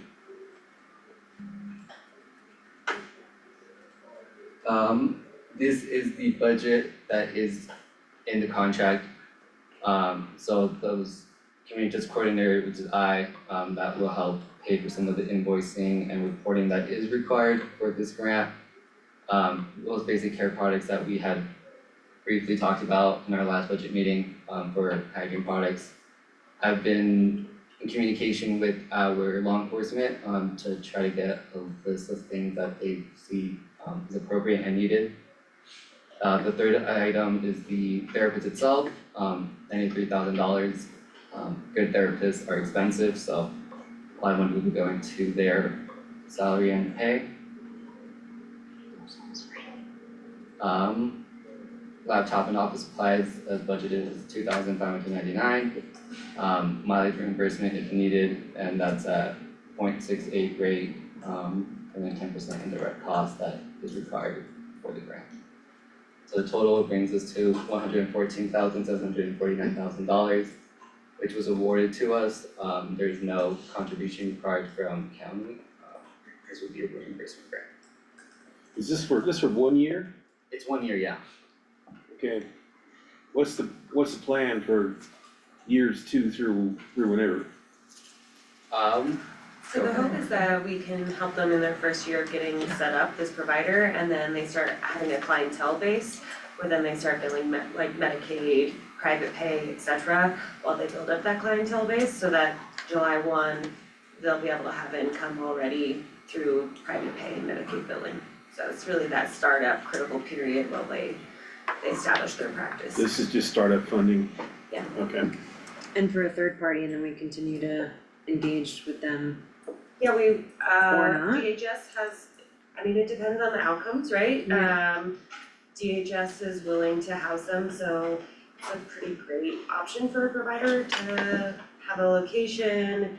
I think Angel's hoping to have some great warm handoffs from the criminal justice.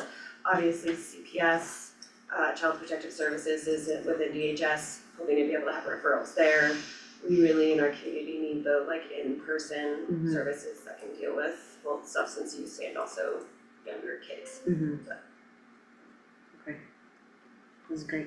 Do you wanna add to Just that Diversos was very excited about receiving an application from Lake County because historically, Lake County hadn't applied to any of this grant funding. And like Laura mentioned, we are within the region that they serve. And so, yeah, we're very excited that we applied and that we can expand capacity of those services in Lake. I see. Okay.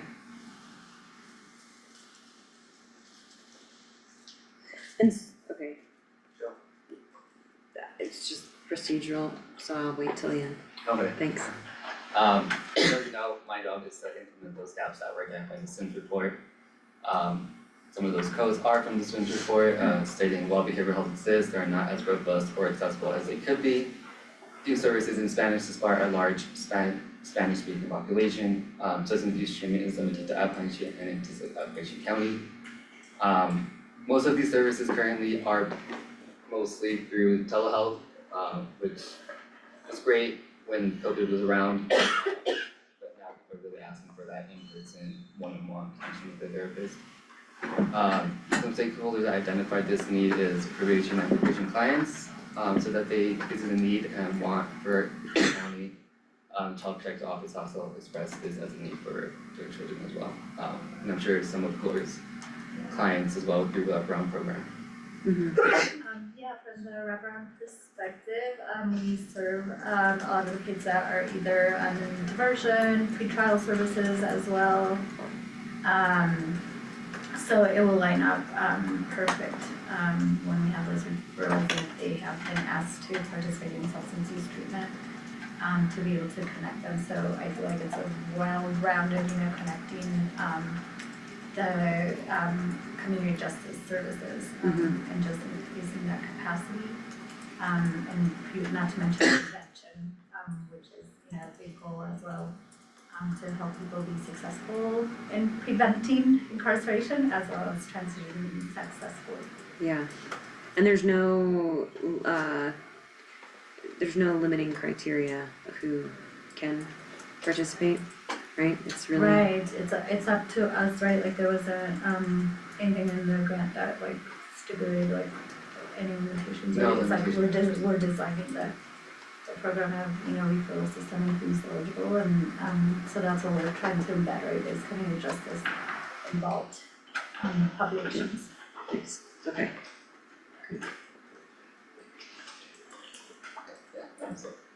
Alright, excellent.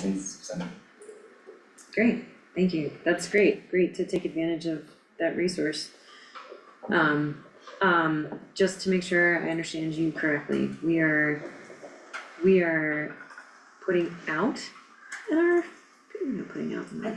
think the motion that we're asking for is approval of the contract with Diversis and then allowing us to draft an RFP and for Tim to. Okay, for that like third party provider and diverse, okay, so Divers's role is to.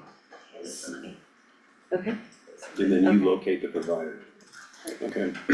sorry, I kept like confusing and connecting Divers's as in my head, thanks. You're like an intermediary for the state, so the state gives them money and then they dole it out locally. Okay, excellent, I don't have any other questions. I don't have anything, yeah. Great, let's see, then I'll entertain a motion to give authority and direction to create and review an RFP for staff and with the county manager for services desired, and give the county manager the authority to give the blessing to post that RFP. So move. Sorry, go ahead, Lauren. Contract with Diversis And what? and approve the contract with Diversis. Okay, we'll do this one and then I'll do Okay, another one. cool. No, but I needed you to tell me that, okay. Okay, I will second that first motion. Excellent, any further discussion? Okay. None for me. hearing none. All those in favor, aye. Aye. Aye. And thank you, Jeff, sorry, and then, so I will entertain a motion for the approval of the contract with Diversis Health to bring substance abuse treatment services to Lake County. The only question I had is whether it is finalized yet, cause I know there was some. Pending final legal review. Yes, let's do it that way, Okay. just to confirm that we've got the final version. Okay. Thank you. Jeff, do you wanna make that motion? Or Hal? What's the motion? I entertain a motion to approve the contract with Diversis Health to bring substance abuse treatment services to Lake County pending final legal review. So moved. Second. Okay, any further discussion? None for me. Hearing none. Okay, thank you. Hearing none. All those in favor? Aye. Aye. Great, thank you so much, Thank you. Angel and Gloria, appreciate it. Okay. Yeah, just send me an invite. Okay. Okay, thanks. Thank you guys.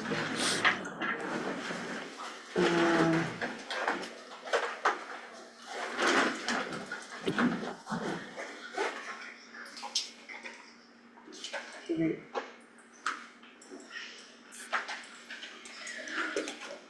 Alright, item number 10, and you're up. Discussion and consideration of land use file 24-38, Continental Divide Cabins, conditional use permit, or CUP.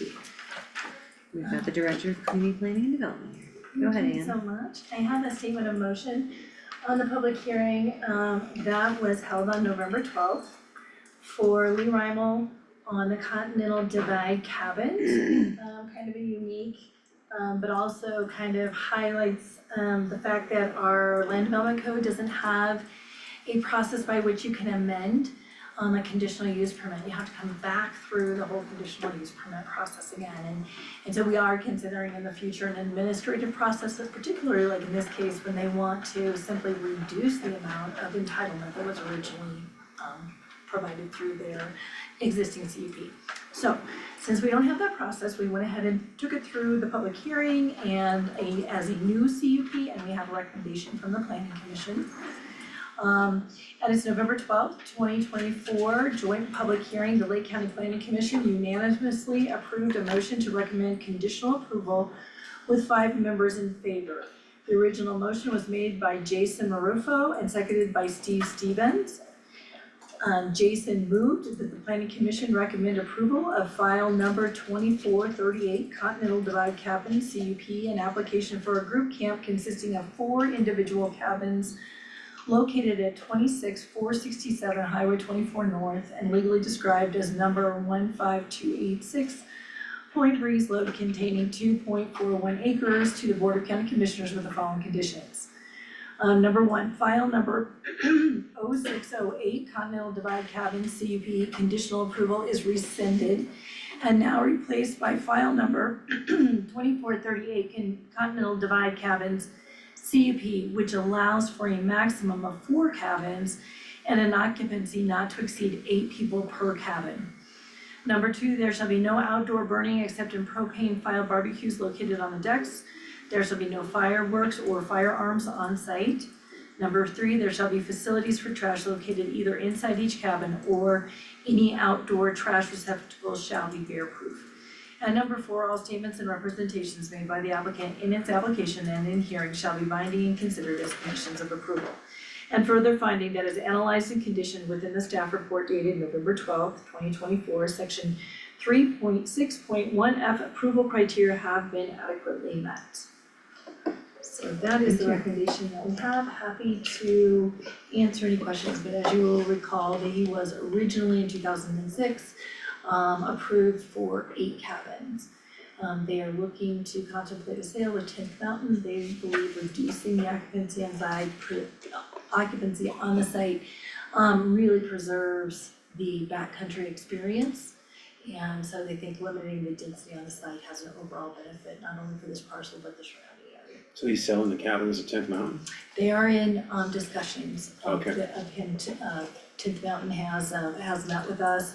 And they, I think, will probably move forward with the acquisition after this entitlement's done. Great. So pretty straightforward, I think, although I guess I shouldn't say that and make assumptions on anything, but I'll entertain a motion to approve land use file 2438 for the Continental Divide cabins conditional use permit. So moved. I'll second. Great. Any further discussion? No. None for me. All those in favor? Aye. Aye. Aye. Great. Thank you, Anne. Thank you so much. I'll just leave the board for signature. Sounds good. Very good. All right, item 11, discussion and consideration of an authorization for assignment requested by James R. Hannon and Jane H. Hannon for consent to Todd C. Hennis's assignment of access to a shared driveway easement granted by the county on a portion of the National and Union Placer, section 33, township 9, range 80, west of the 6th principal meridian property owned by Lake County. Thank you. Nice introduction for this. The BOCC previously granted Todd Hennis an easement against the county's property at the National and Union Placer survey number 4526 for a private driveway and utilities pursuant to resolution number 20-14. The resolution reflected that Mr. Hennis was required to also make the driveway available as a shared driveway to the 3 other landowners of lots 4 through 6 of the National and Union Placer. At this point in time, Mr. Hennis is requesting authorization for a non-exclusive assignment of his easement to James R. Hannon and Jean H. Hannon, who own lot 4. And so this is just consistent with the BOCC's prior direction under the resolution for him to share this driveway. It's my understanding that the attorney for the Hannons are also going to be reaching out, if they haven't already done so, to CPD, because this does not actually allow them direct access to their property, because they still have to cross over another part of the county's property to get to their parcel. So they will be requesting an easement for that purpose as well, but they haven't gone through CPD's review process yet of that. So we'll be bringing that forward later, but they do request this assignment be granted at this time so they can start that process and know that then they're just ready for step 2, if you will. Okay.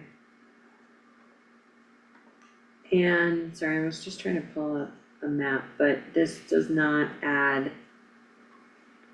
The only, This kind of is this an alignment with some access issues, or do we have? It's in alignment, you know, it would be, when you find, you know, those, parcels, they were created through, you know, like in conjunction with the downwind track, which all predate subdivision, so it's kind of, unique the way that these parcels are laid out. Situated right, and surrounded by county-owned land.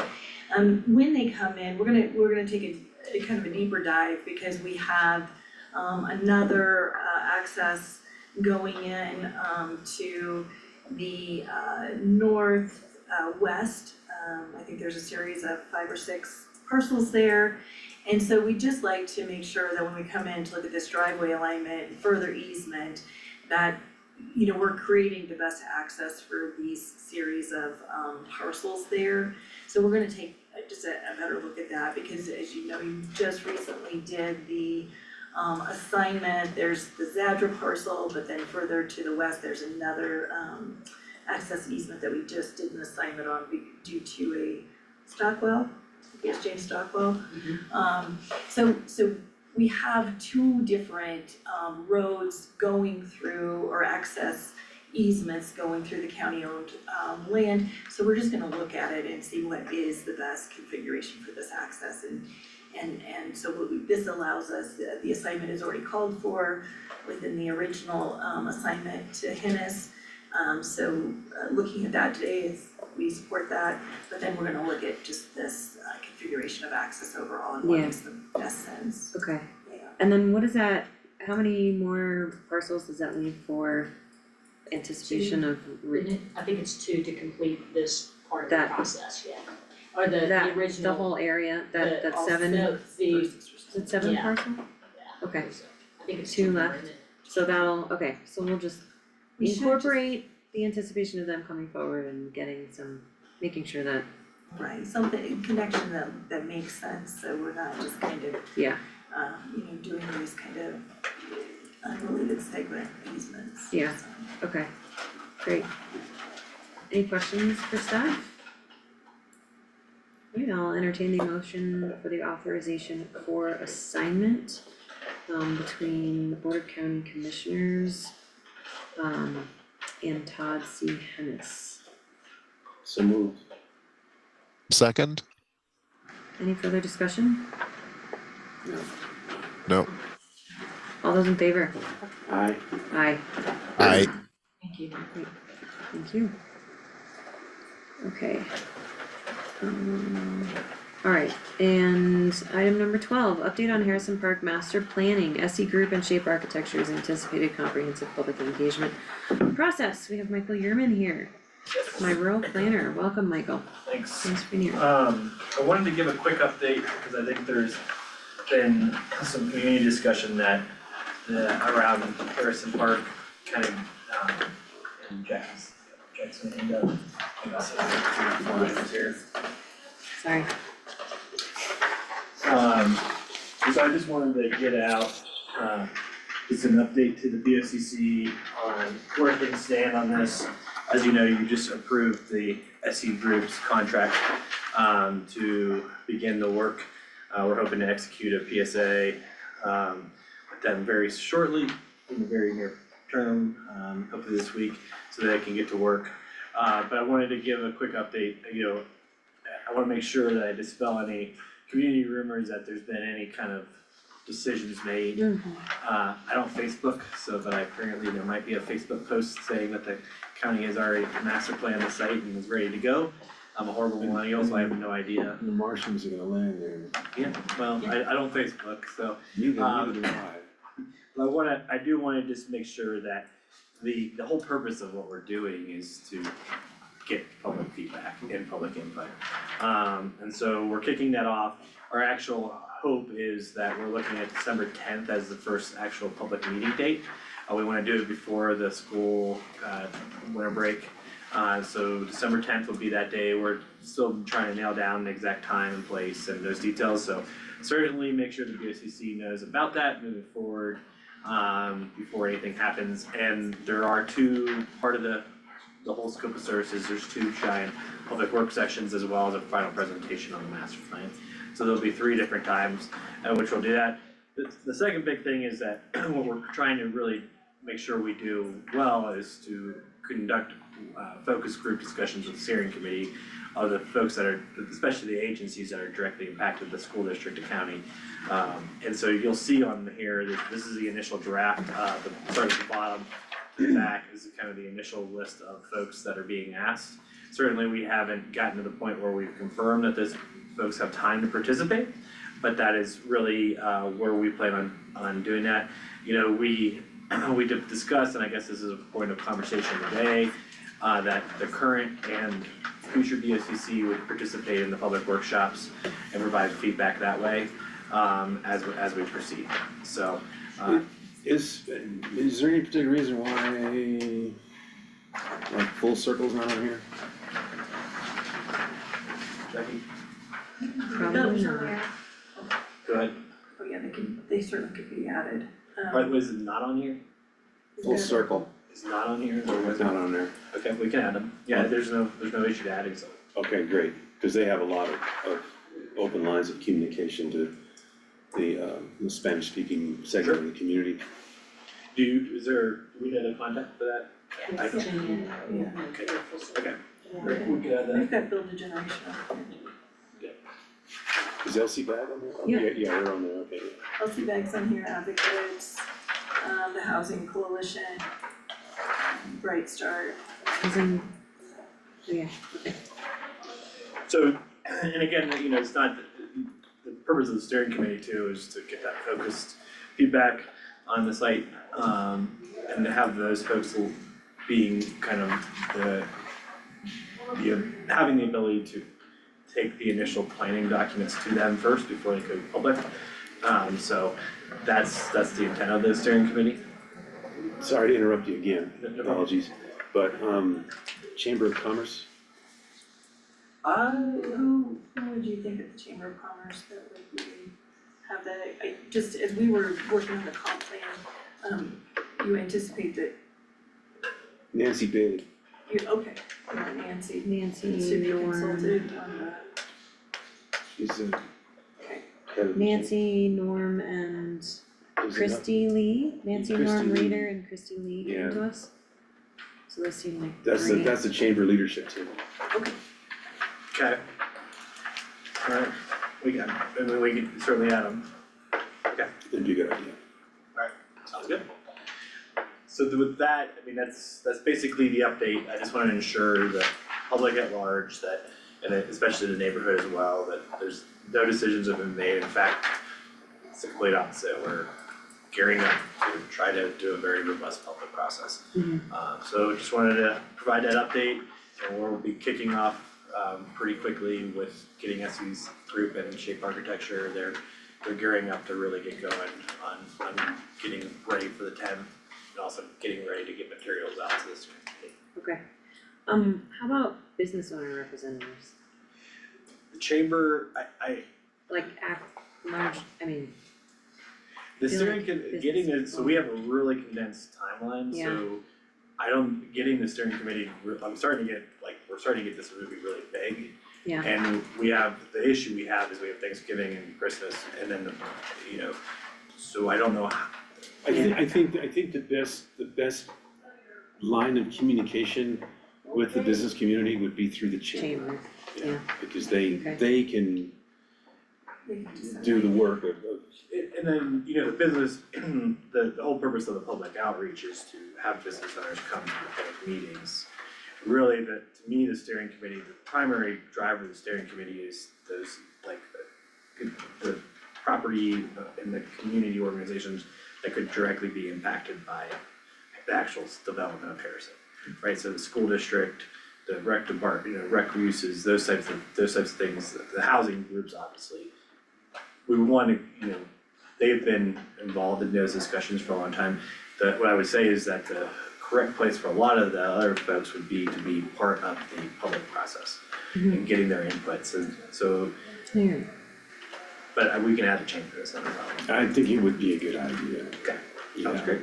Yeah. So that's that, I don't Appreciate think, the update. don't think we have any more on that, so. Oh, I just wanted to mention real quick, sorry, Michael, so we are trying to be proactive. We had a really awesome opportunity to talk to a private property owner adjacent to the property.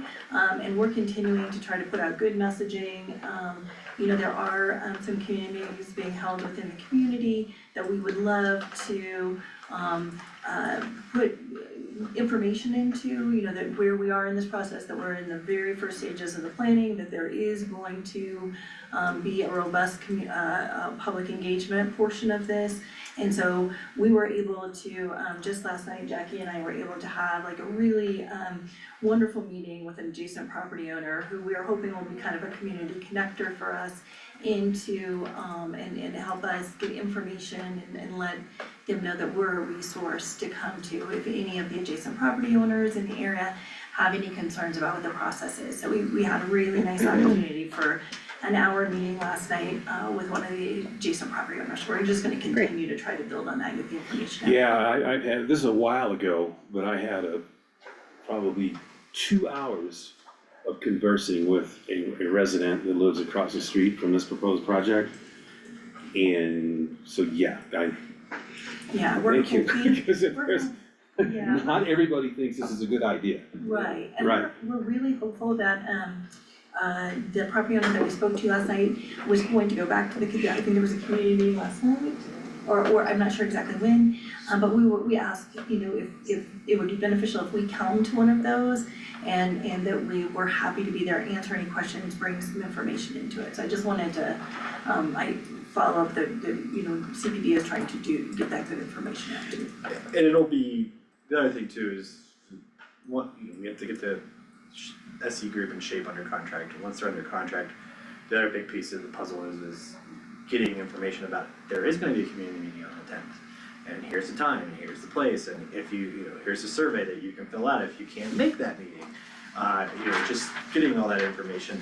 The only other piece, do you want me to talk about a little bit on the comp plan? Or I can do this. Sure. So the other piece of this is that Michael and CPD and community builders are all getting ready to meet. So we've got a lot of these different touch points with the community, whether it's feasibility study or if it's climate planning or if it's mobility planning. We want to start making sure that those public engagement pieces are just aligning with the comp plan. So Michael will be working directly with CPD and community builders to just make sure, an SC group, that we are all being consistent and mindful of the comp plan process and the different public engagement pieces that we're doing. And so even like on our mobility planning, our consultant for that has worked with SE Group.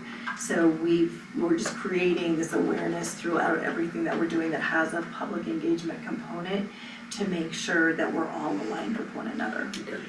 Yeah, and just to piggyback on that, I mean, I'm working on Buena Vista's comp plan, and we just, the first meeting we had was we had all encompassing but a huge housing component. And the goal would be that we're being able to get that feedback. That would also be one of my major goals is to ensure that the data we collect from the community is being given over to community builders in a productive way, so they're not going back and having another public meeting with the same questions being asked of the community. Mm-hmm. So that's something that Ann and I have discussed to make sure that our team is really paying attention to, and I'm more than confident that we're ready to go on that, because we just did it.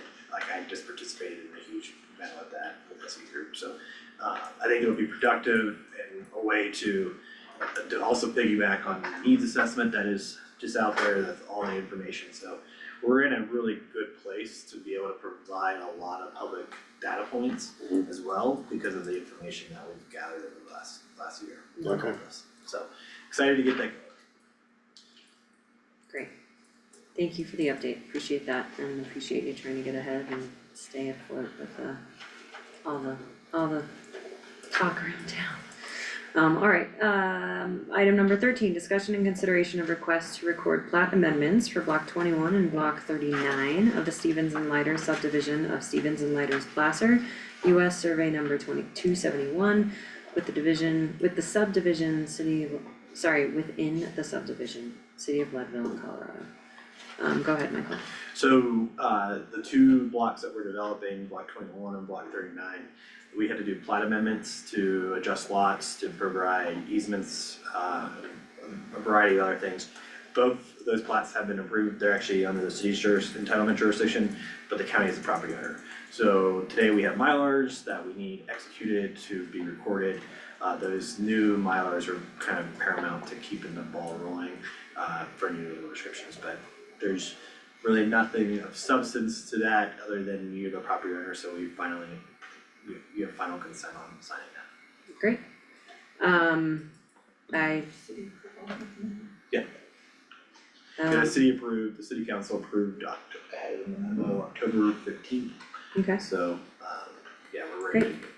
And just because neither of this is for the county's project on 3rd Street and 6th Street. Correct. So, great, different sites, okay. Do we need to approve those, or do we just need to sign them? I would go on a motion, just indicate motion to approve and authorize the Accept. chair to sign the Okay. plats. If Jeff is not available today, I think it could Doesn't- happen tomorrow or whatever. okay. I'll entertain a motion for the approval and acceptance of the plat amendments for block 21 and block 39 of Stevens and Leiter subdivision of Stevens and Leiter's Placer, US survey number 271 within the subdivision, sorry. So moved. I will second, I'm not sure if Jeff is on there. Any further discussion? No. All those in favor? Aye. Aye. And I didn't authorize the chair, but that's the point, so sorry. I think that's fine. Alright, item 14, discussion of housing at 2025 budget and input on the draft development agreement with Adam Berger Development LLC. Michael. So we have sent over to Mr. Berger's team, this draft contract is in your packet. But there are a couple key points that I think, as we discuss these points with Mr. Berger's legal counsel, I fully suspect that there's gonna be amendments to this draft. But there's a couple of really important points that I think are important for the BOCC to weigh in now, because if there are things that you're not comfortable with, then we shouldn't offer those as deal points. We had discussed at the last meeting the two major budget implication items.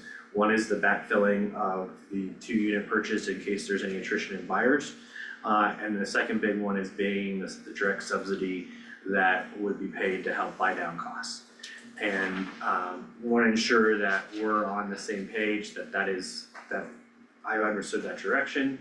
And what's important is that for the budget implications, the first cost being let's talk about the first cost first, the subsidy, that would actually be paid at construction closing, construction financing and closing by Mr. Berger to be held in escrow by his bank.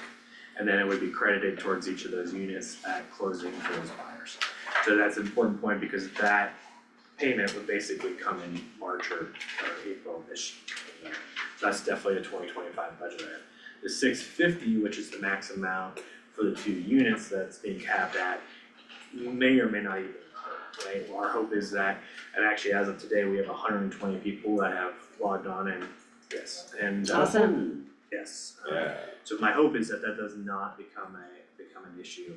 But that that is a backfill, and I know for a fact that that's a significant backfill for his construction financer, to know that if there are 2 units sitting there, that the county would step in and as an insurance policy.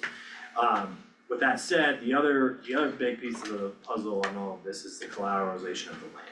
So the way this contract is structured is that upon the signing of this contract, but upon the closing of the construction finance, there would be a transfer of the 2 blocks to Mr. Berger, and he would actually hold title of the land. And then he would enter into contracts to sell directly to the buyers.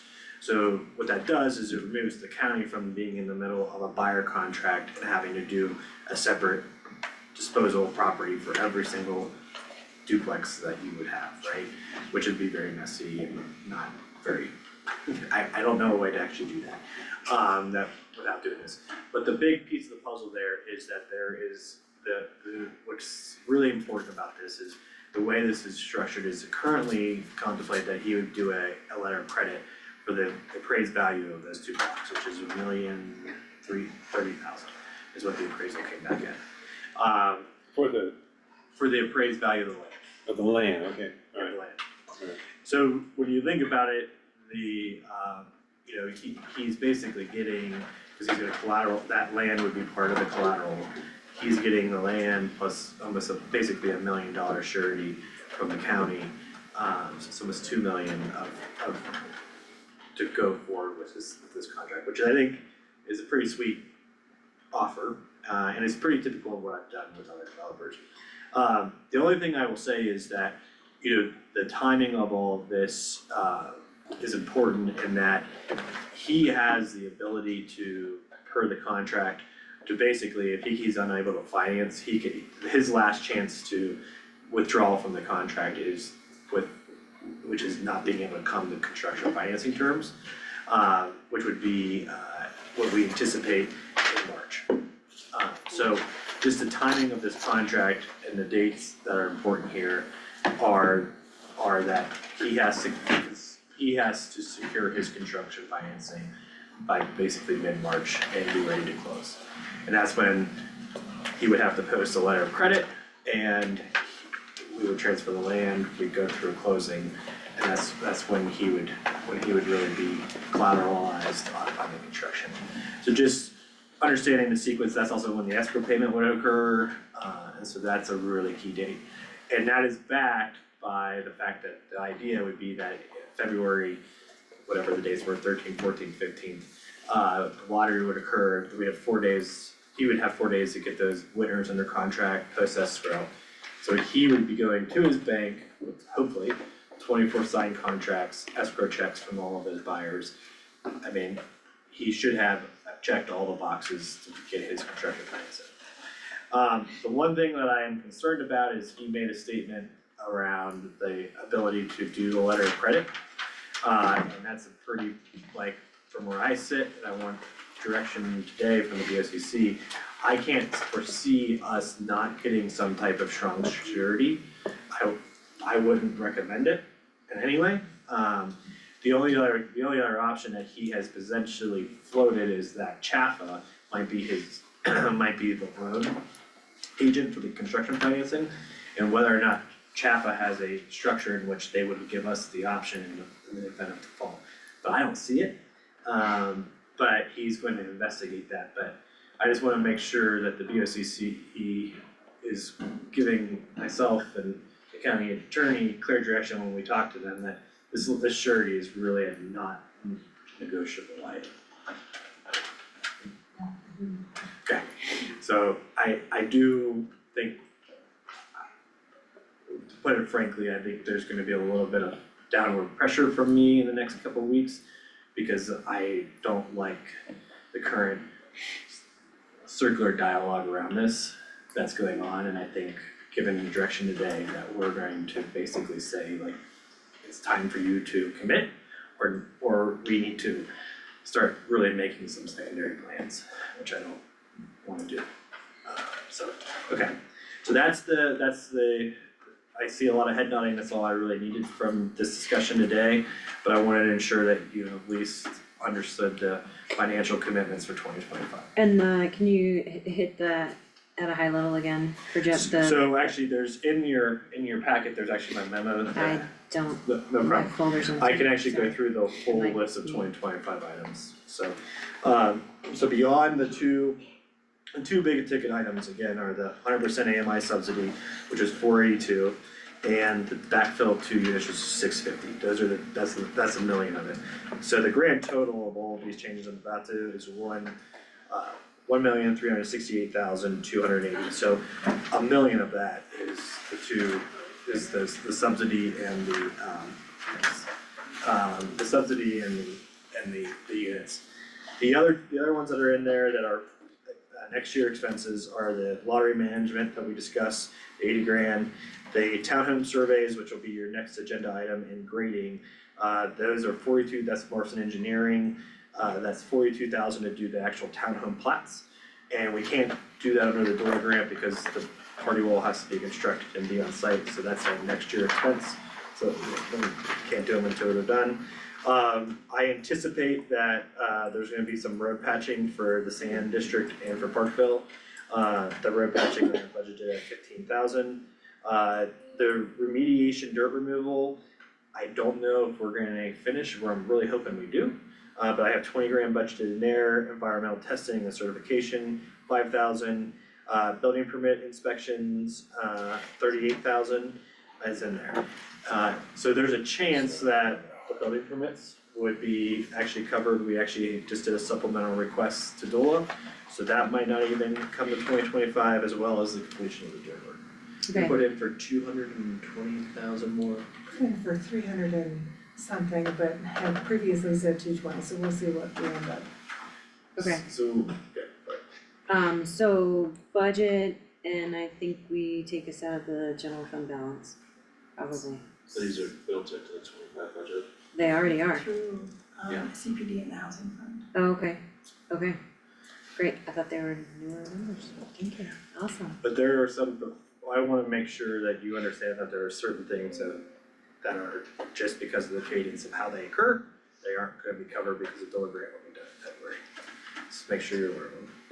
Right, and it's possible if those, if our surety isn't necessary because all the units get sold, that 650 is returned to our, And most likely that's even a 2026 expense, to be honest with you, because that's when, the way the contract's currently written is that there would basically be I think it's 60 day, I can't remember. We would remarket and advertise, chase after Prop 123 funding, et cetera, there's some additional things. And then there's also the option that Mr. Berger, per this contract, has the ability of unsold units to actually come back and rent them for a year. Get somebody in there so he's not losing money on them, and rent them to a qualified renter for a year and then remarket them again. okay, I've only had to do that once and it worked out well for the builder. They were able to get someone in there and excellent. make it work for a year while we repriced it. So there's some sureties in there as well, so. Okay. Okay, I Any think, questions or concerns? yeah, I just, I'll I think we'll make sure Yeah. that we are pressing on him that he needs to kind of, like, he needs to let us know about that letter of credit. I'm sorry to be concerned that Sorry, I'm sure you said it, what's your timeframe then, to like, your last meeting Pin him is down on December that? 17th. Yeah, at the latest, yeah, and my hope is that we'll have it resolved earlier than that, but I've not heard back from the attorney yet. Okay, He's going to ruin a very big day on my 17th. Ruin my here on the 17th and not, okay, and on deer stand, but that's okay, I will be here. I will be canceling on it, I will be canceling on the county commissioner down in Baca County for a third time on the hunt, so, but it'll be okay, that's my own problem to deal with. It is cooler. It's a lot cooler. Literally. But anyhow, that's not. thanks for being so diligent about that, everybody, appreciate that. Okay. Alright, So we will move on to item 15, discussion and possible approval of an amendment to the professional services agreement or PSA and scope of work with Marson Engineering, reception number 388666 to provide four things: drainage, grading, and utility planning, replatting of the properties for the Housing 10-2 project, to accommodate the new townhome layout, and, well, I guess not four things, sorry, two things. And Jackie, are you leading this conversation? So, thank you. So Marson Engineering was selected to provide the professional land surveying and civil engineering for the infrastructure design and construction oversight on the affordable housing sites for the two sites on West Third and West Sixth. We respectfully request that the board approves amending the contract to allow for additional scope of work to include drainage, grading, utility plans, and replatting the properties for the 10-200 project to accommodate the new townhome layout, and to subdivide the property at the block 21 from 9 to 18 lots, and subdivide the property at block 39 from 2 to 6 lots. And so those lots are actually townhomes, so I'm not sure that they should be lots, it's actually maybe parcel A and parcel B, but the other thing I will add is while the drainage and grading piece actually was a requirement of the city's approval of the plats and the site development, and CDPHE, because this Third Street site is over 1 acre, we're required to do a drainage plan. There's, as a planner of like 20 years, I cannot, I think there's an interpretation bend that you could do, in that each site is its own site and therefore not a cumulative acre. But we shouldn't be doing, as a planner, I think that CDPHE's rule of 1 acre or more with a stormwater drainage permit, I would rather not test the state's interpretation of that rule, being that this is a county project, and just pay for the necessary documentation to do the permit correctly. So that was basically, that's the drainage piece that came out of that, Okay, just so you understand. okay. Any questions for Michael? Is the outcome of that drainage plan like potentially gonna come with something we have to do that costs a lot of money? No, it's Well, actually, I mean, no, but will this extend No, beyond just the Harrison site? well, no, you No. can't, Good so question. no, that's a great question. No, the requirement, you cannot discharge drainage from your site. So there needs to be on-site retention, in that, so Okay. that's the point of the drainage study, is to ensure that the grading as well as whatever else we need to do is there. So it could increase costs on the project for the construction potentially, but that is part of the overall, that's part of our construction budget, right? But the bigger piece of the puzzle is you have to check that box with CDPHE or the stormwater discharge, that you're not creating extra discharge onto the right of way, into the culverts, et cetera. So that's the purpose of the drainage. Okay. Alright, with that then I'll entertain a motion to approve the amendment to the professional service agreement and scope of work with Marson Engineering, reception number 388666. So moved. I'll second. Alright, any further discussion? No, done for me. Alright, all those in favor? Aye. Great, okay, can I make a proposal that we do item 16 and then take our break? 16? We have a 15-minute break scheduled right now, but you have to run, are you planning on running it too? Think. Is it 3? 3:15. Oh, Wait, I believe you're on, did you do agenda item number 15? Yes, that was that. yeah, we just did that. Yep. Okay, then, I don't know, I need to make a phone call. right now? Okay, then we will take our 15-minute break as indicated in the agenda, as, yeah. And said this is about 4 hours. Jeffrey? These are gonna be for you, they're gonna want you to sign them. Yes, I brought a Sharpie, or we Okay. can do it tomorrow, or we can do it later, whatever you wanna do. I make a quick phone call too, let me get, I can sign them like, depending on how long the animal shelter meeting goes, I can do it at the end of today or before our 10 o'clock tomorrow. And then I think that you're gonna have to, witness this Tracy for that, so I don't know. How you guys do that, like it's Tracy? We just do it after you guys do all that. Welcome back. A pleasure.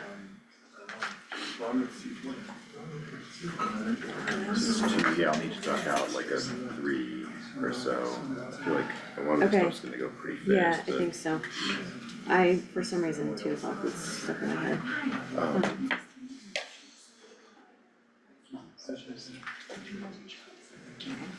Well, if, I just wanna make sure I represent the view of the individual commissioners. Well, I think you're on. No, like, And or if you're like, then it's I mean, I was to die on. just gonna, well, like, I mean, the letter with intent to determine the primary and then we need to, you know, commissioners start discussing how to act, you know, what to do with that outstanding letter. Okay. But I mean, I can just go ahead and say, like, and then rip the Band-Aid off, comment, like in the email, and I can say, hey, we're leaning towards,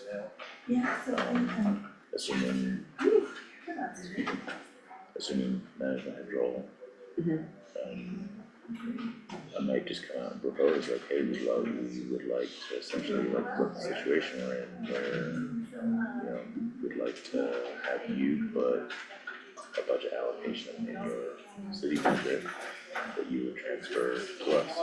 And we'll try to get an idea, we'll basically just like flip that term in the IGA discussion so that it's a, you know, it's a contribution from the city to us.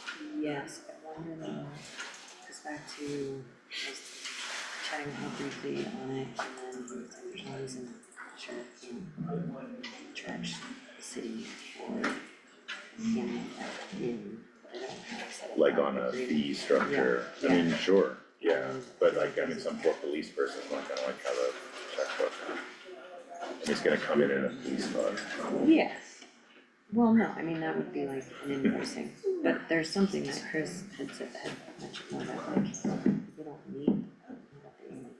Contribute, we talked about it. They don't need to, Yeah, cause there's yeah. no, So I mean, if they that's say my no, worry, if they say no, then I think it would be good to we know go that with- today, yeah. not, yeah, and like, well, then we'll just do it on a fee basis, yeah, you know, and see yeah. No, what I the argument is down the that was, road. I mean, that's my concern about like triggering on January 1. I don't know. We will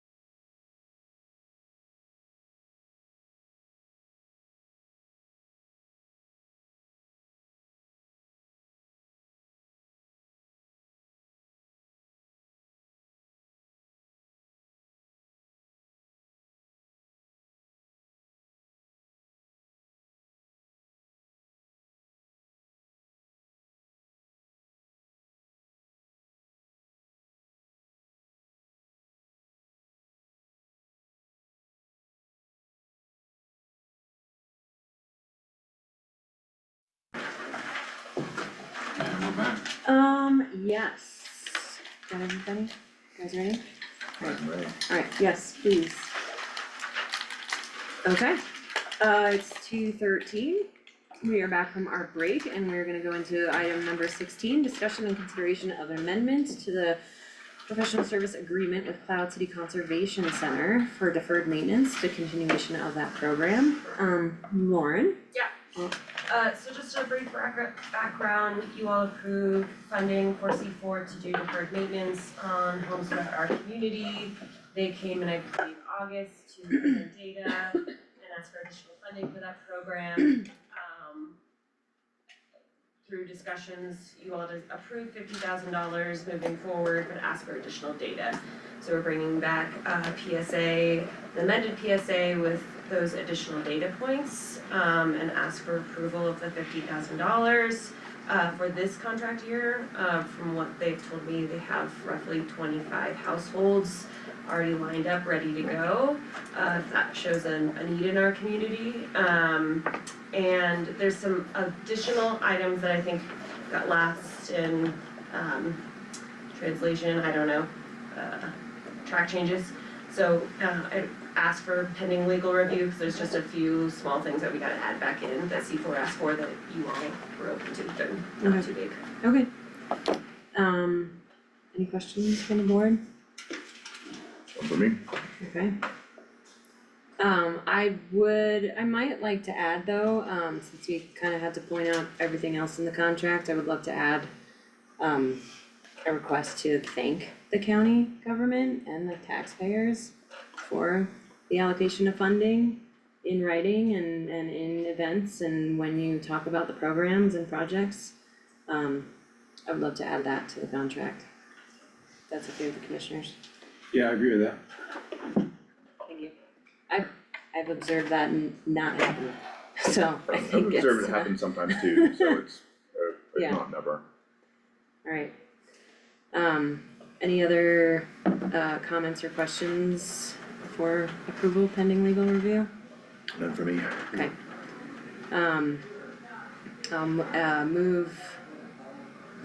I will entertain a motion to approve the amendment to the PSA with Cloud City Conservation Center for C4 for deferred maintenance pending final legal review and with the addition of requesting acknowledgement to the county government and county taxpayers.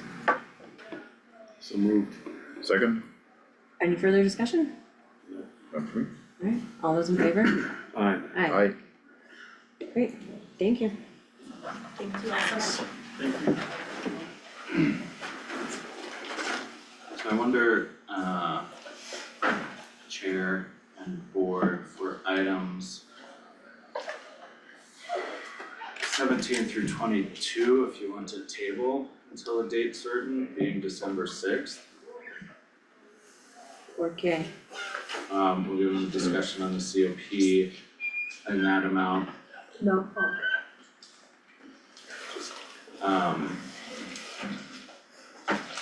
I think based on some feedback from individual commissioners on wanting to consider other things that are not on the agenda.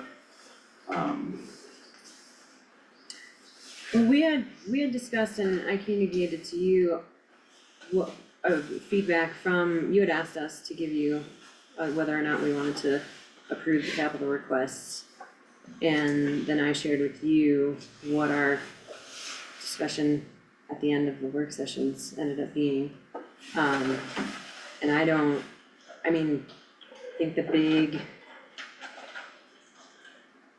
think the impact to what was proposed for approval versus what I believe the board was considering approving was something like $200,000 or $250,000 difference. And I don't know, well, I'll let the rest of it, I don't know that I need to pump that, but if you're super concerned about that, I think that I'm okay with the allocation and I was surprised not to see all those other items on there too, but we could add those to the December 6th meeting. Like I said, I created the agenda based off the feedback of the work session, so that's why these are the agenda items. Yeah, these were the ones that were, Less discussion than yeah. the smaller dollar figure. Yep. Even in aggregate, they're a smaller dollar figure. yep, I mean, I'm okay to consider these here, cause I think the bigger dollar figures come with some of, I mean, there were two or three larger requests that are out there that we can come back. I mean, Yeah. just for efficiency's sake, we're here, get this done. I would be okay with that too. And can we add those other outstanding requests to the sixth meeting, the meeting on the sixth? Or yeah. let's do I that. think that would be good, I mean, otherwise we're gonna get really jammed up for the final budget, so I think considering those when cause that was our target for considering the COP. Yes. And we'll start, and, I mean, we just have to lock things down. Yeah. So that makes sense. Okay. Alright, and with that then, so item 17 is the discussion and consideration of the $29,535 2025 capital request for the skate park tiling. Again, I mean, this item and then the next several, we discussed in one of our last work sessions, at length compared to, and the manager brought us a whole list of requests and his recommendations, those ones seemed pretty straightforward. Tim, do you have, I think all I would say about this is that it's again the asset management and maintenance planning and the recreation assets. I mean, I think that is something we did 3 or 4 years ago, and hopefully we find a solution that lasts a little bit longer this time around on that repair and replacement, but it probably poses a slight risk physically, and we didn't seem to have any concern during our conversation around that, but. So where's this tiling going? So at the skate park, there's a pool. Yeah. So there's, like a pool, there's the decorative tile below the lip. Yeah. So it falls off. Last time it was Yeah. replaced, the grouting wasn't done correctly. So it falls off, so just causes a hazard when anyone wants to skate in there. Correct me if I'm wrong, Karen, dredge your fin on those. If it's not repaired right, then it causes like water damage, all of those kind of things. Is there any kind of warranty on this workmanship? Unfortunately, this is like the first thing that has gone wrong at the skate park. When the tile was redone, I believe the board at that time had tried to get the vendor to come back. The but- original vendor, yeah. Yeah, And then we did have this replaced, we Yeah. did address this one, so I'm not sure about that. So this tile is decorative. I mean, I know, I understand that it has to be there, right? But it's the whole purpose of it is to make it look like a swimming pool. You can't use it, you really can't skate on it unless there's a continuous surface. I understand. Yeah. But I mean, when it was designed, you didn't necessarily have to have grouted tile. Yeah. You could have done concrete up to the lip of the Right. pool, sure. right? Can And then we wouldn't have this problem, right? Yeah, Or so there are some- other. Can we change, can we change that application? Instead of replacing it with something that's continuing to not work, can you fill it in with Something concrete? continuous or, yeah. I'd love to be able to consider history, but I clearly can't. But yeah, my question would be, why is it failed? Where's the vendor who installed it? Why isn't there a warranty? Okay, so if we haven't asked those questions, maybe we do punt this one. Well, no, we have asked those questions okay. about the last time when it was redone and all of that, and there wasn't a warranty on the product, and it started falling off again. We have explored other options in the past. You know, this is staff's request for it, so it doesn't have to be the full amount, or it can be, concreting it over, or? I mean, it's just me, but why keep fixing something that's gonna cost 30 grand to repair every time it starts to fall off? Is there some way that we can replace it with like concrete or something instead of tile? It may not look like a genuine swimming pool, but it's not gonna affect skaters' ability to do their maneuvers and their things that they do. It's just gonna be a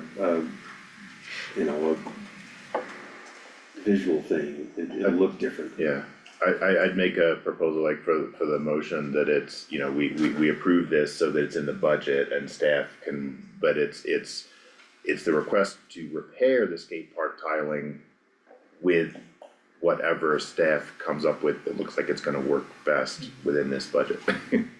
And it does not have to be tile or look as nice.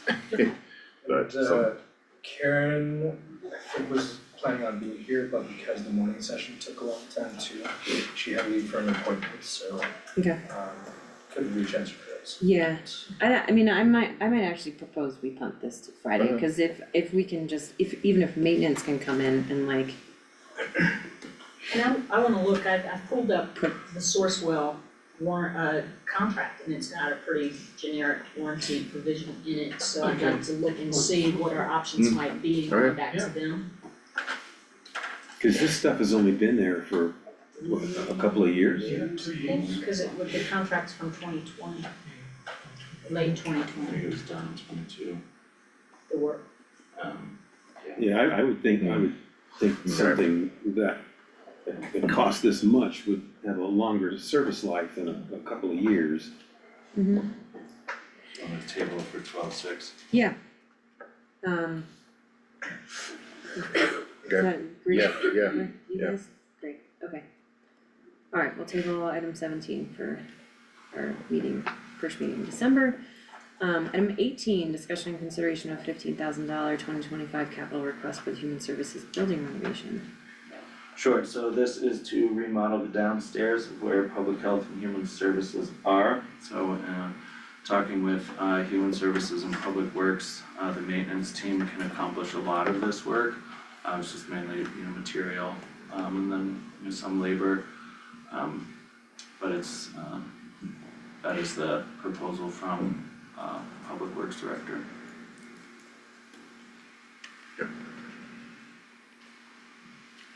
I guess I would just, I think that it's much more straightforward than the annex project ended up being, but if we have a projection sooner than later that looks way beyond the 15,000, we can communicate that. I don't think so.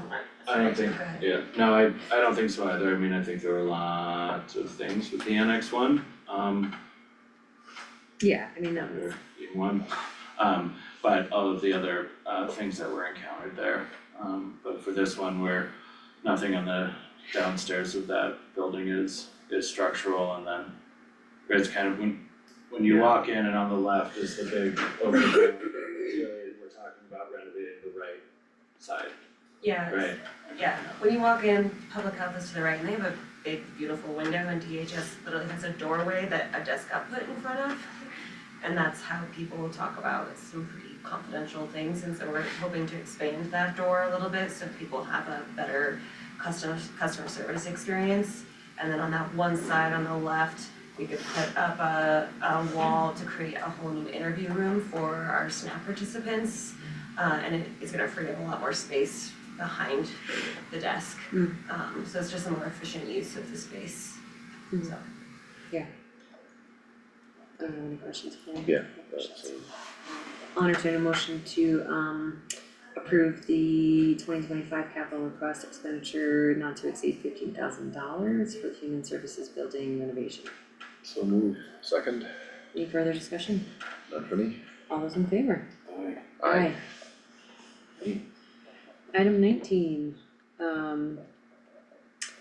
discussion and consideration of $43,339 2025 capital request for the elevator repairs in the courthouse. I don't recall this conversation in our works, not that it didn't happen. I just can't remember details at the moment of that. So the Northwest COG provides maintenance on the elevator inspections for us. This is a necessary repair to our elevator and the elevator doors and some of the stopping mechanisms. So it's just work that has to be done or the elevator stops operating. We did discuss that this potentially could be rolled into the COP, for the courthouse renovations. That is very true, but I would recommend to at least encumber the funds. If we don't use them, then it's fine, it can go back, but I strongly recommend that you approve to set it aside. I have a question about the elevator. Is it currently out of ADA compliance? Yes. And that's because of the doorway size? Yeah, and just a whole host of reasons to be ADA compliant. People should be able to turn around in there instead of In a having to wheelchair? go in. Yeah. Okay. The bars, all those kind of things in there. So it works for folks in a wheelchair, but if they have a wider electronic chair and they can't fit, that's a problem, but this is one of the, things that has been, whether an exemption or grandfathered in, given the age of the building and when the ADA passed. So what would it take to make it ADA compliant? Oh, I would say ripping it out and making it much bigger, creating a whole The new entire, elevator shaft, the shaft, the whole thing. Yeah. And there's ways to, when we think about renovations for the courthouse and then coming up to 21st century code, there are things that we will, be required to do or need to do. There's things we can do to get just close enough to the code, and still continue to file exemptions while we work towards full ADA compliance. But whether perhaps that's a lift out in the foyer to get up to, the courtrooms for folks that way. However, the entire building needs to be accessible, even if it is a staff entrance like on the ground floor for sheriff and CPD.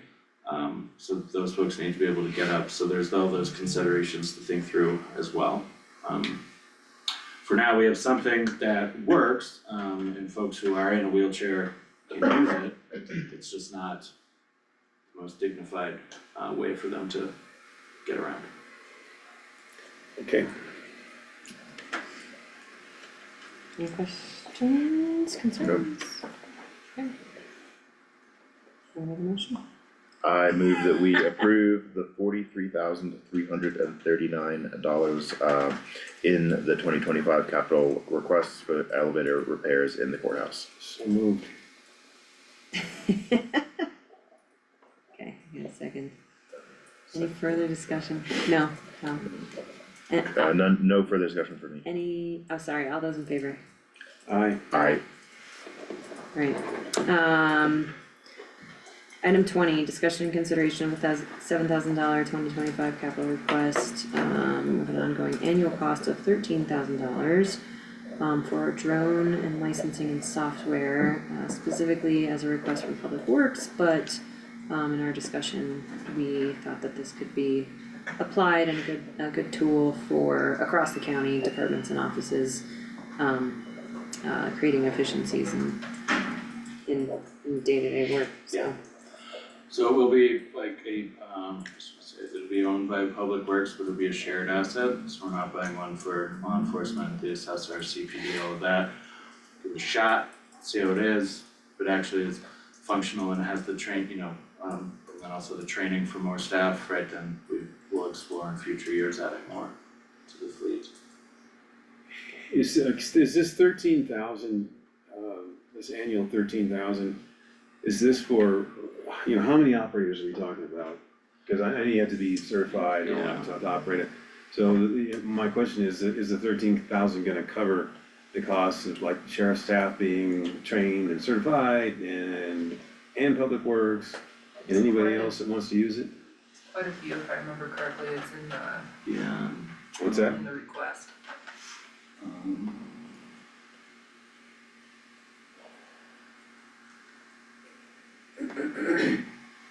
I do not know the exact number I think up to 40, if I remember correctly. non-users. Yeah, with all the licensing and all that, I'm not sure, Commissioner, I'll have to follow up and ask that question, but It does, the operating, the assumption is that start with one, have one or two staff fully trained on it, and then, you know, if needed by CPD, monitor, assessor, law enforcement, all that, then those staff supporting those roles. I think you're gonna need to train more staff than that. I mean, just the sheriff's office alone is probably gonna need at least two staff trained to you know, so they have, you know, 24/7, you know, coverage of it.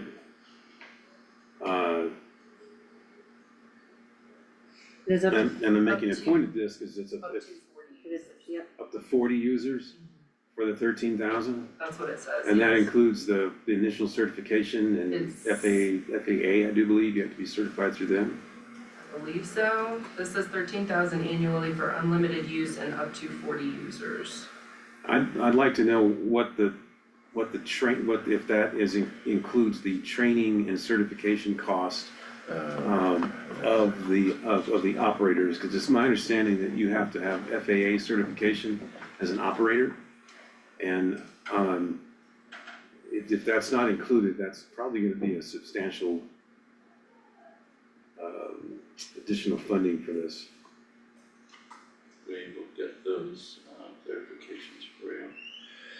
it does, And then the other, my other concern, and this is from a law enforcement perspective, is this gonna be, how, you know, and I guess this is down the road, but they need to work out, how are they gonna have 24/7 access to this tool in like emergency situations, and, you know, not having to drive someplace and you know, get it from somebody else.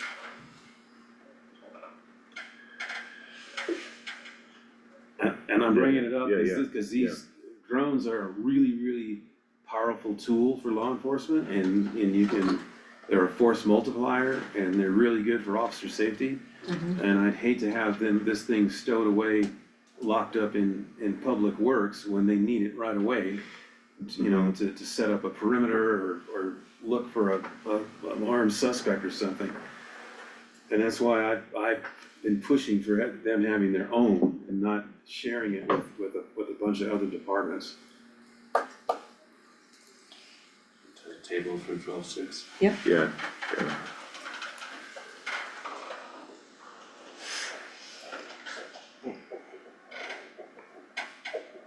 Alright, item 21, consideration of the 7,796 2025 capital request for the automotive AC machine. Again, we discussed this at the work session. Are there any questions for Tim moving forward on this one? None for me. Okay, I'll entertain a motion to approve the request for the AC machine at the $7,796 amount. So moved? Second. Any further discussion? None for me. All those in favor? Aye. Aye. Aye. Thank you. 22, consideration of the $4,134 capital request for automotive diagnostic scanning tool. Any questions for Tim on this one? Nope. Okay, I'll entertain a motion to approve the $4,134 request for the automotive diagnostic scan tool. So moved? Second. Further discussion? None for me. None for me. Alright, all those in favor? Aye. Aye. Aye. Alright. And we removed 23, and we are at 24 then.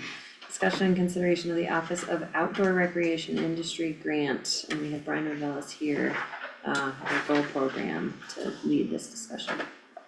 Start of this, I am here just trying to get final approval for receiving funding from the Office of Outdoor Recreation Industry. These are funds that were distributed by the American Rescue Plan that the state received, and through their office, they've been distributing it to for-profits, nonprofits, other entities across the state. And we were actually supposed to get this about 2 years ago, and we're just moving through the process to receive the funds now. And this is to help support the Outdoor Equity Summit. We call it the Nuestro Legado Outdoor Equity Summit. And that is a regional/state summit where individuals come to learn about equitable practices in the outdoor industry as well as language justice. The summit is run bilingual. Anyone who doesn't have the ability to speak both English and Spanish receives a headset. Programming takes course over a day at CMC. And this year we were going to run it in September as we did last year, but due to the funding not being in and then also some registration constraints, we've moved it to February 22nd, which is Saturday. It's gonna be up at CMC. And we are planning on having around 150 individuals attend that, which is one of the larger events that we do. And it's both grantors from across the state, there's some media that goes, the Colorado Sun went last time, Colorado Health Foundation, which is the grantor, went, GOCO representatives went, and we also have partners from across the states as well. So inside of the memo, I just gave that info, and then I also attached the kind of grant packets that the state's asking us to do. And my request would be either to have you all sign the form or delegate signatory authority, like we did with the community fund, so that once we move through the processes, I can just sign it and send it through. If it were you all who wanted to sign it, the documents that I would need signing would be the subrecipient certification, it looks like this, and then the risk assessment form. The risk assessment form, I was working with finance on completing the info in here because I am unable to do that based off of my knowledge, and that's what finance works on. Then I got the direct deposit authorization form from the treasurer yesterday so that we can receive the funds via electronic transfer. Any questions about the grant or the work that we're doing with that particular event/summit or about the funds? Another note, the director of this state department is also very willing to help us in future years with this type of funding so that we can continue to do an ongoing summit for everyone. Last year was tied in with the Outdoor Industry Recreation Summit, which was hosted by the Small Business Development Center for our region. And we are committed to holding that here at our Equity Summit here in Leadville at CMC/Goal for ongoing years, and this would be the third year that we're doing it. We did it once pre-COVID in 2019, and then once last year. It was pretty well attended. Yes. Have you reached out to the NBS, You, National Brotherhood of Snow Sports? no. And the reason I'm asking is because your February 22nd date coincides with their annual summit. And they're gonna be in Keystone this year. And so you might wanna reach out to them and see if they're willing to send a rep or two or whatever. Because it's an opportune time and they're gonna be right here. Yeah. And that's a huge event. Yeah. Yeah, and we have organizations across the states that come here because we are a leader in gear libraries and program operations. So they come to learn about us. We're hosting different sessions relevant to pathways for career development and also educational components with CMC and just some equitable programming sessions as well. But I'll Yeah, I think that would really dovetail nicely with their overall mission. And like I said, they're gonna be in Keystone, they're gonna be just around the corner, so, yeah. Yeah. And if you need any help with that, let me know. I'm not a an officer in the MDS, but I know a guy that like is heavily involved in it. Okay, Yeah. yeah, I might reach out to you. Contact, yeah, for like, I don't know if it's like chapters that they have, but Well, I've definitely heard of. it's a gathering of nationwide ski clubs. And they do a lot of work with providing access to skiing for underserved groups and ski racing and a whole host of things. Not just ski, snow sports in general. But if you reach out to them, I'm pretty sure they might, it'd be great if they could send a representative or somebody to represent the NDS. Yeah, Yeah, we'll reach out to you for contact and. okay. Brian, I should know the answer to this, but I was looking in my file, I don't see the documents that were in the things that you're gonna ask them to sign. If Yes. they had been provided to our office for review. No, that is something that I So, did. so I would just ask for approval pending final review on that, please. I Yep. don't anticipate any issues, but it'd be good for us to at least look at, so. Yes, sorry, I spaced that part. But this one, we would just need to get moved ahead in the process by next Tuesday so that we can receive the funds so that the state office doesn't reallocate them elsewhere. Okay. Alright, any other questions for Brian? Right. So we need to approve or move to accept the funding and should we authorize Tim or will you be around to decide that sub-recipient certification and the risk assessment? Yeah. Okay, Yeah, I'm fine with the signature authority being part of the motion. alright.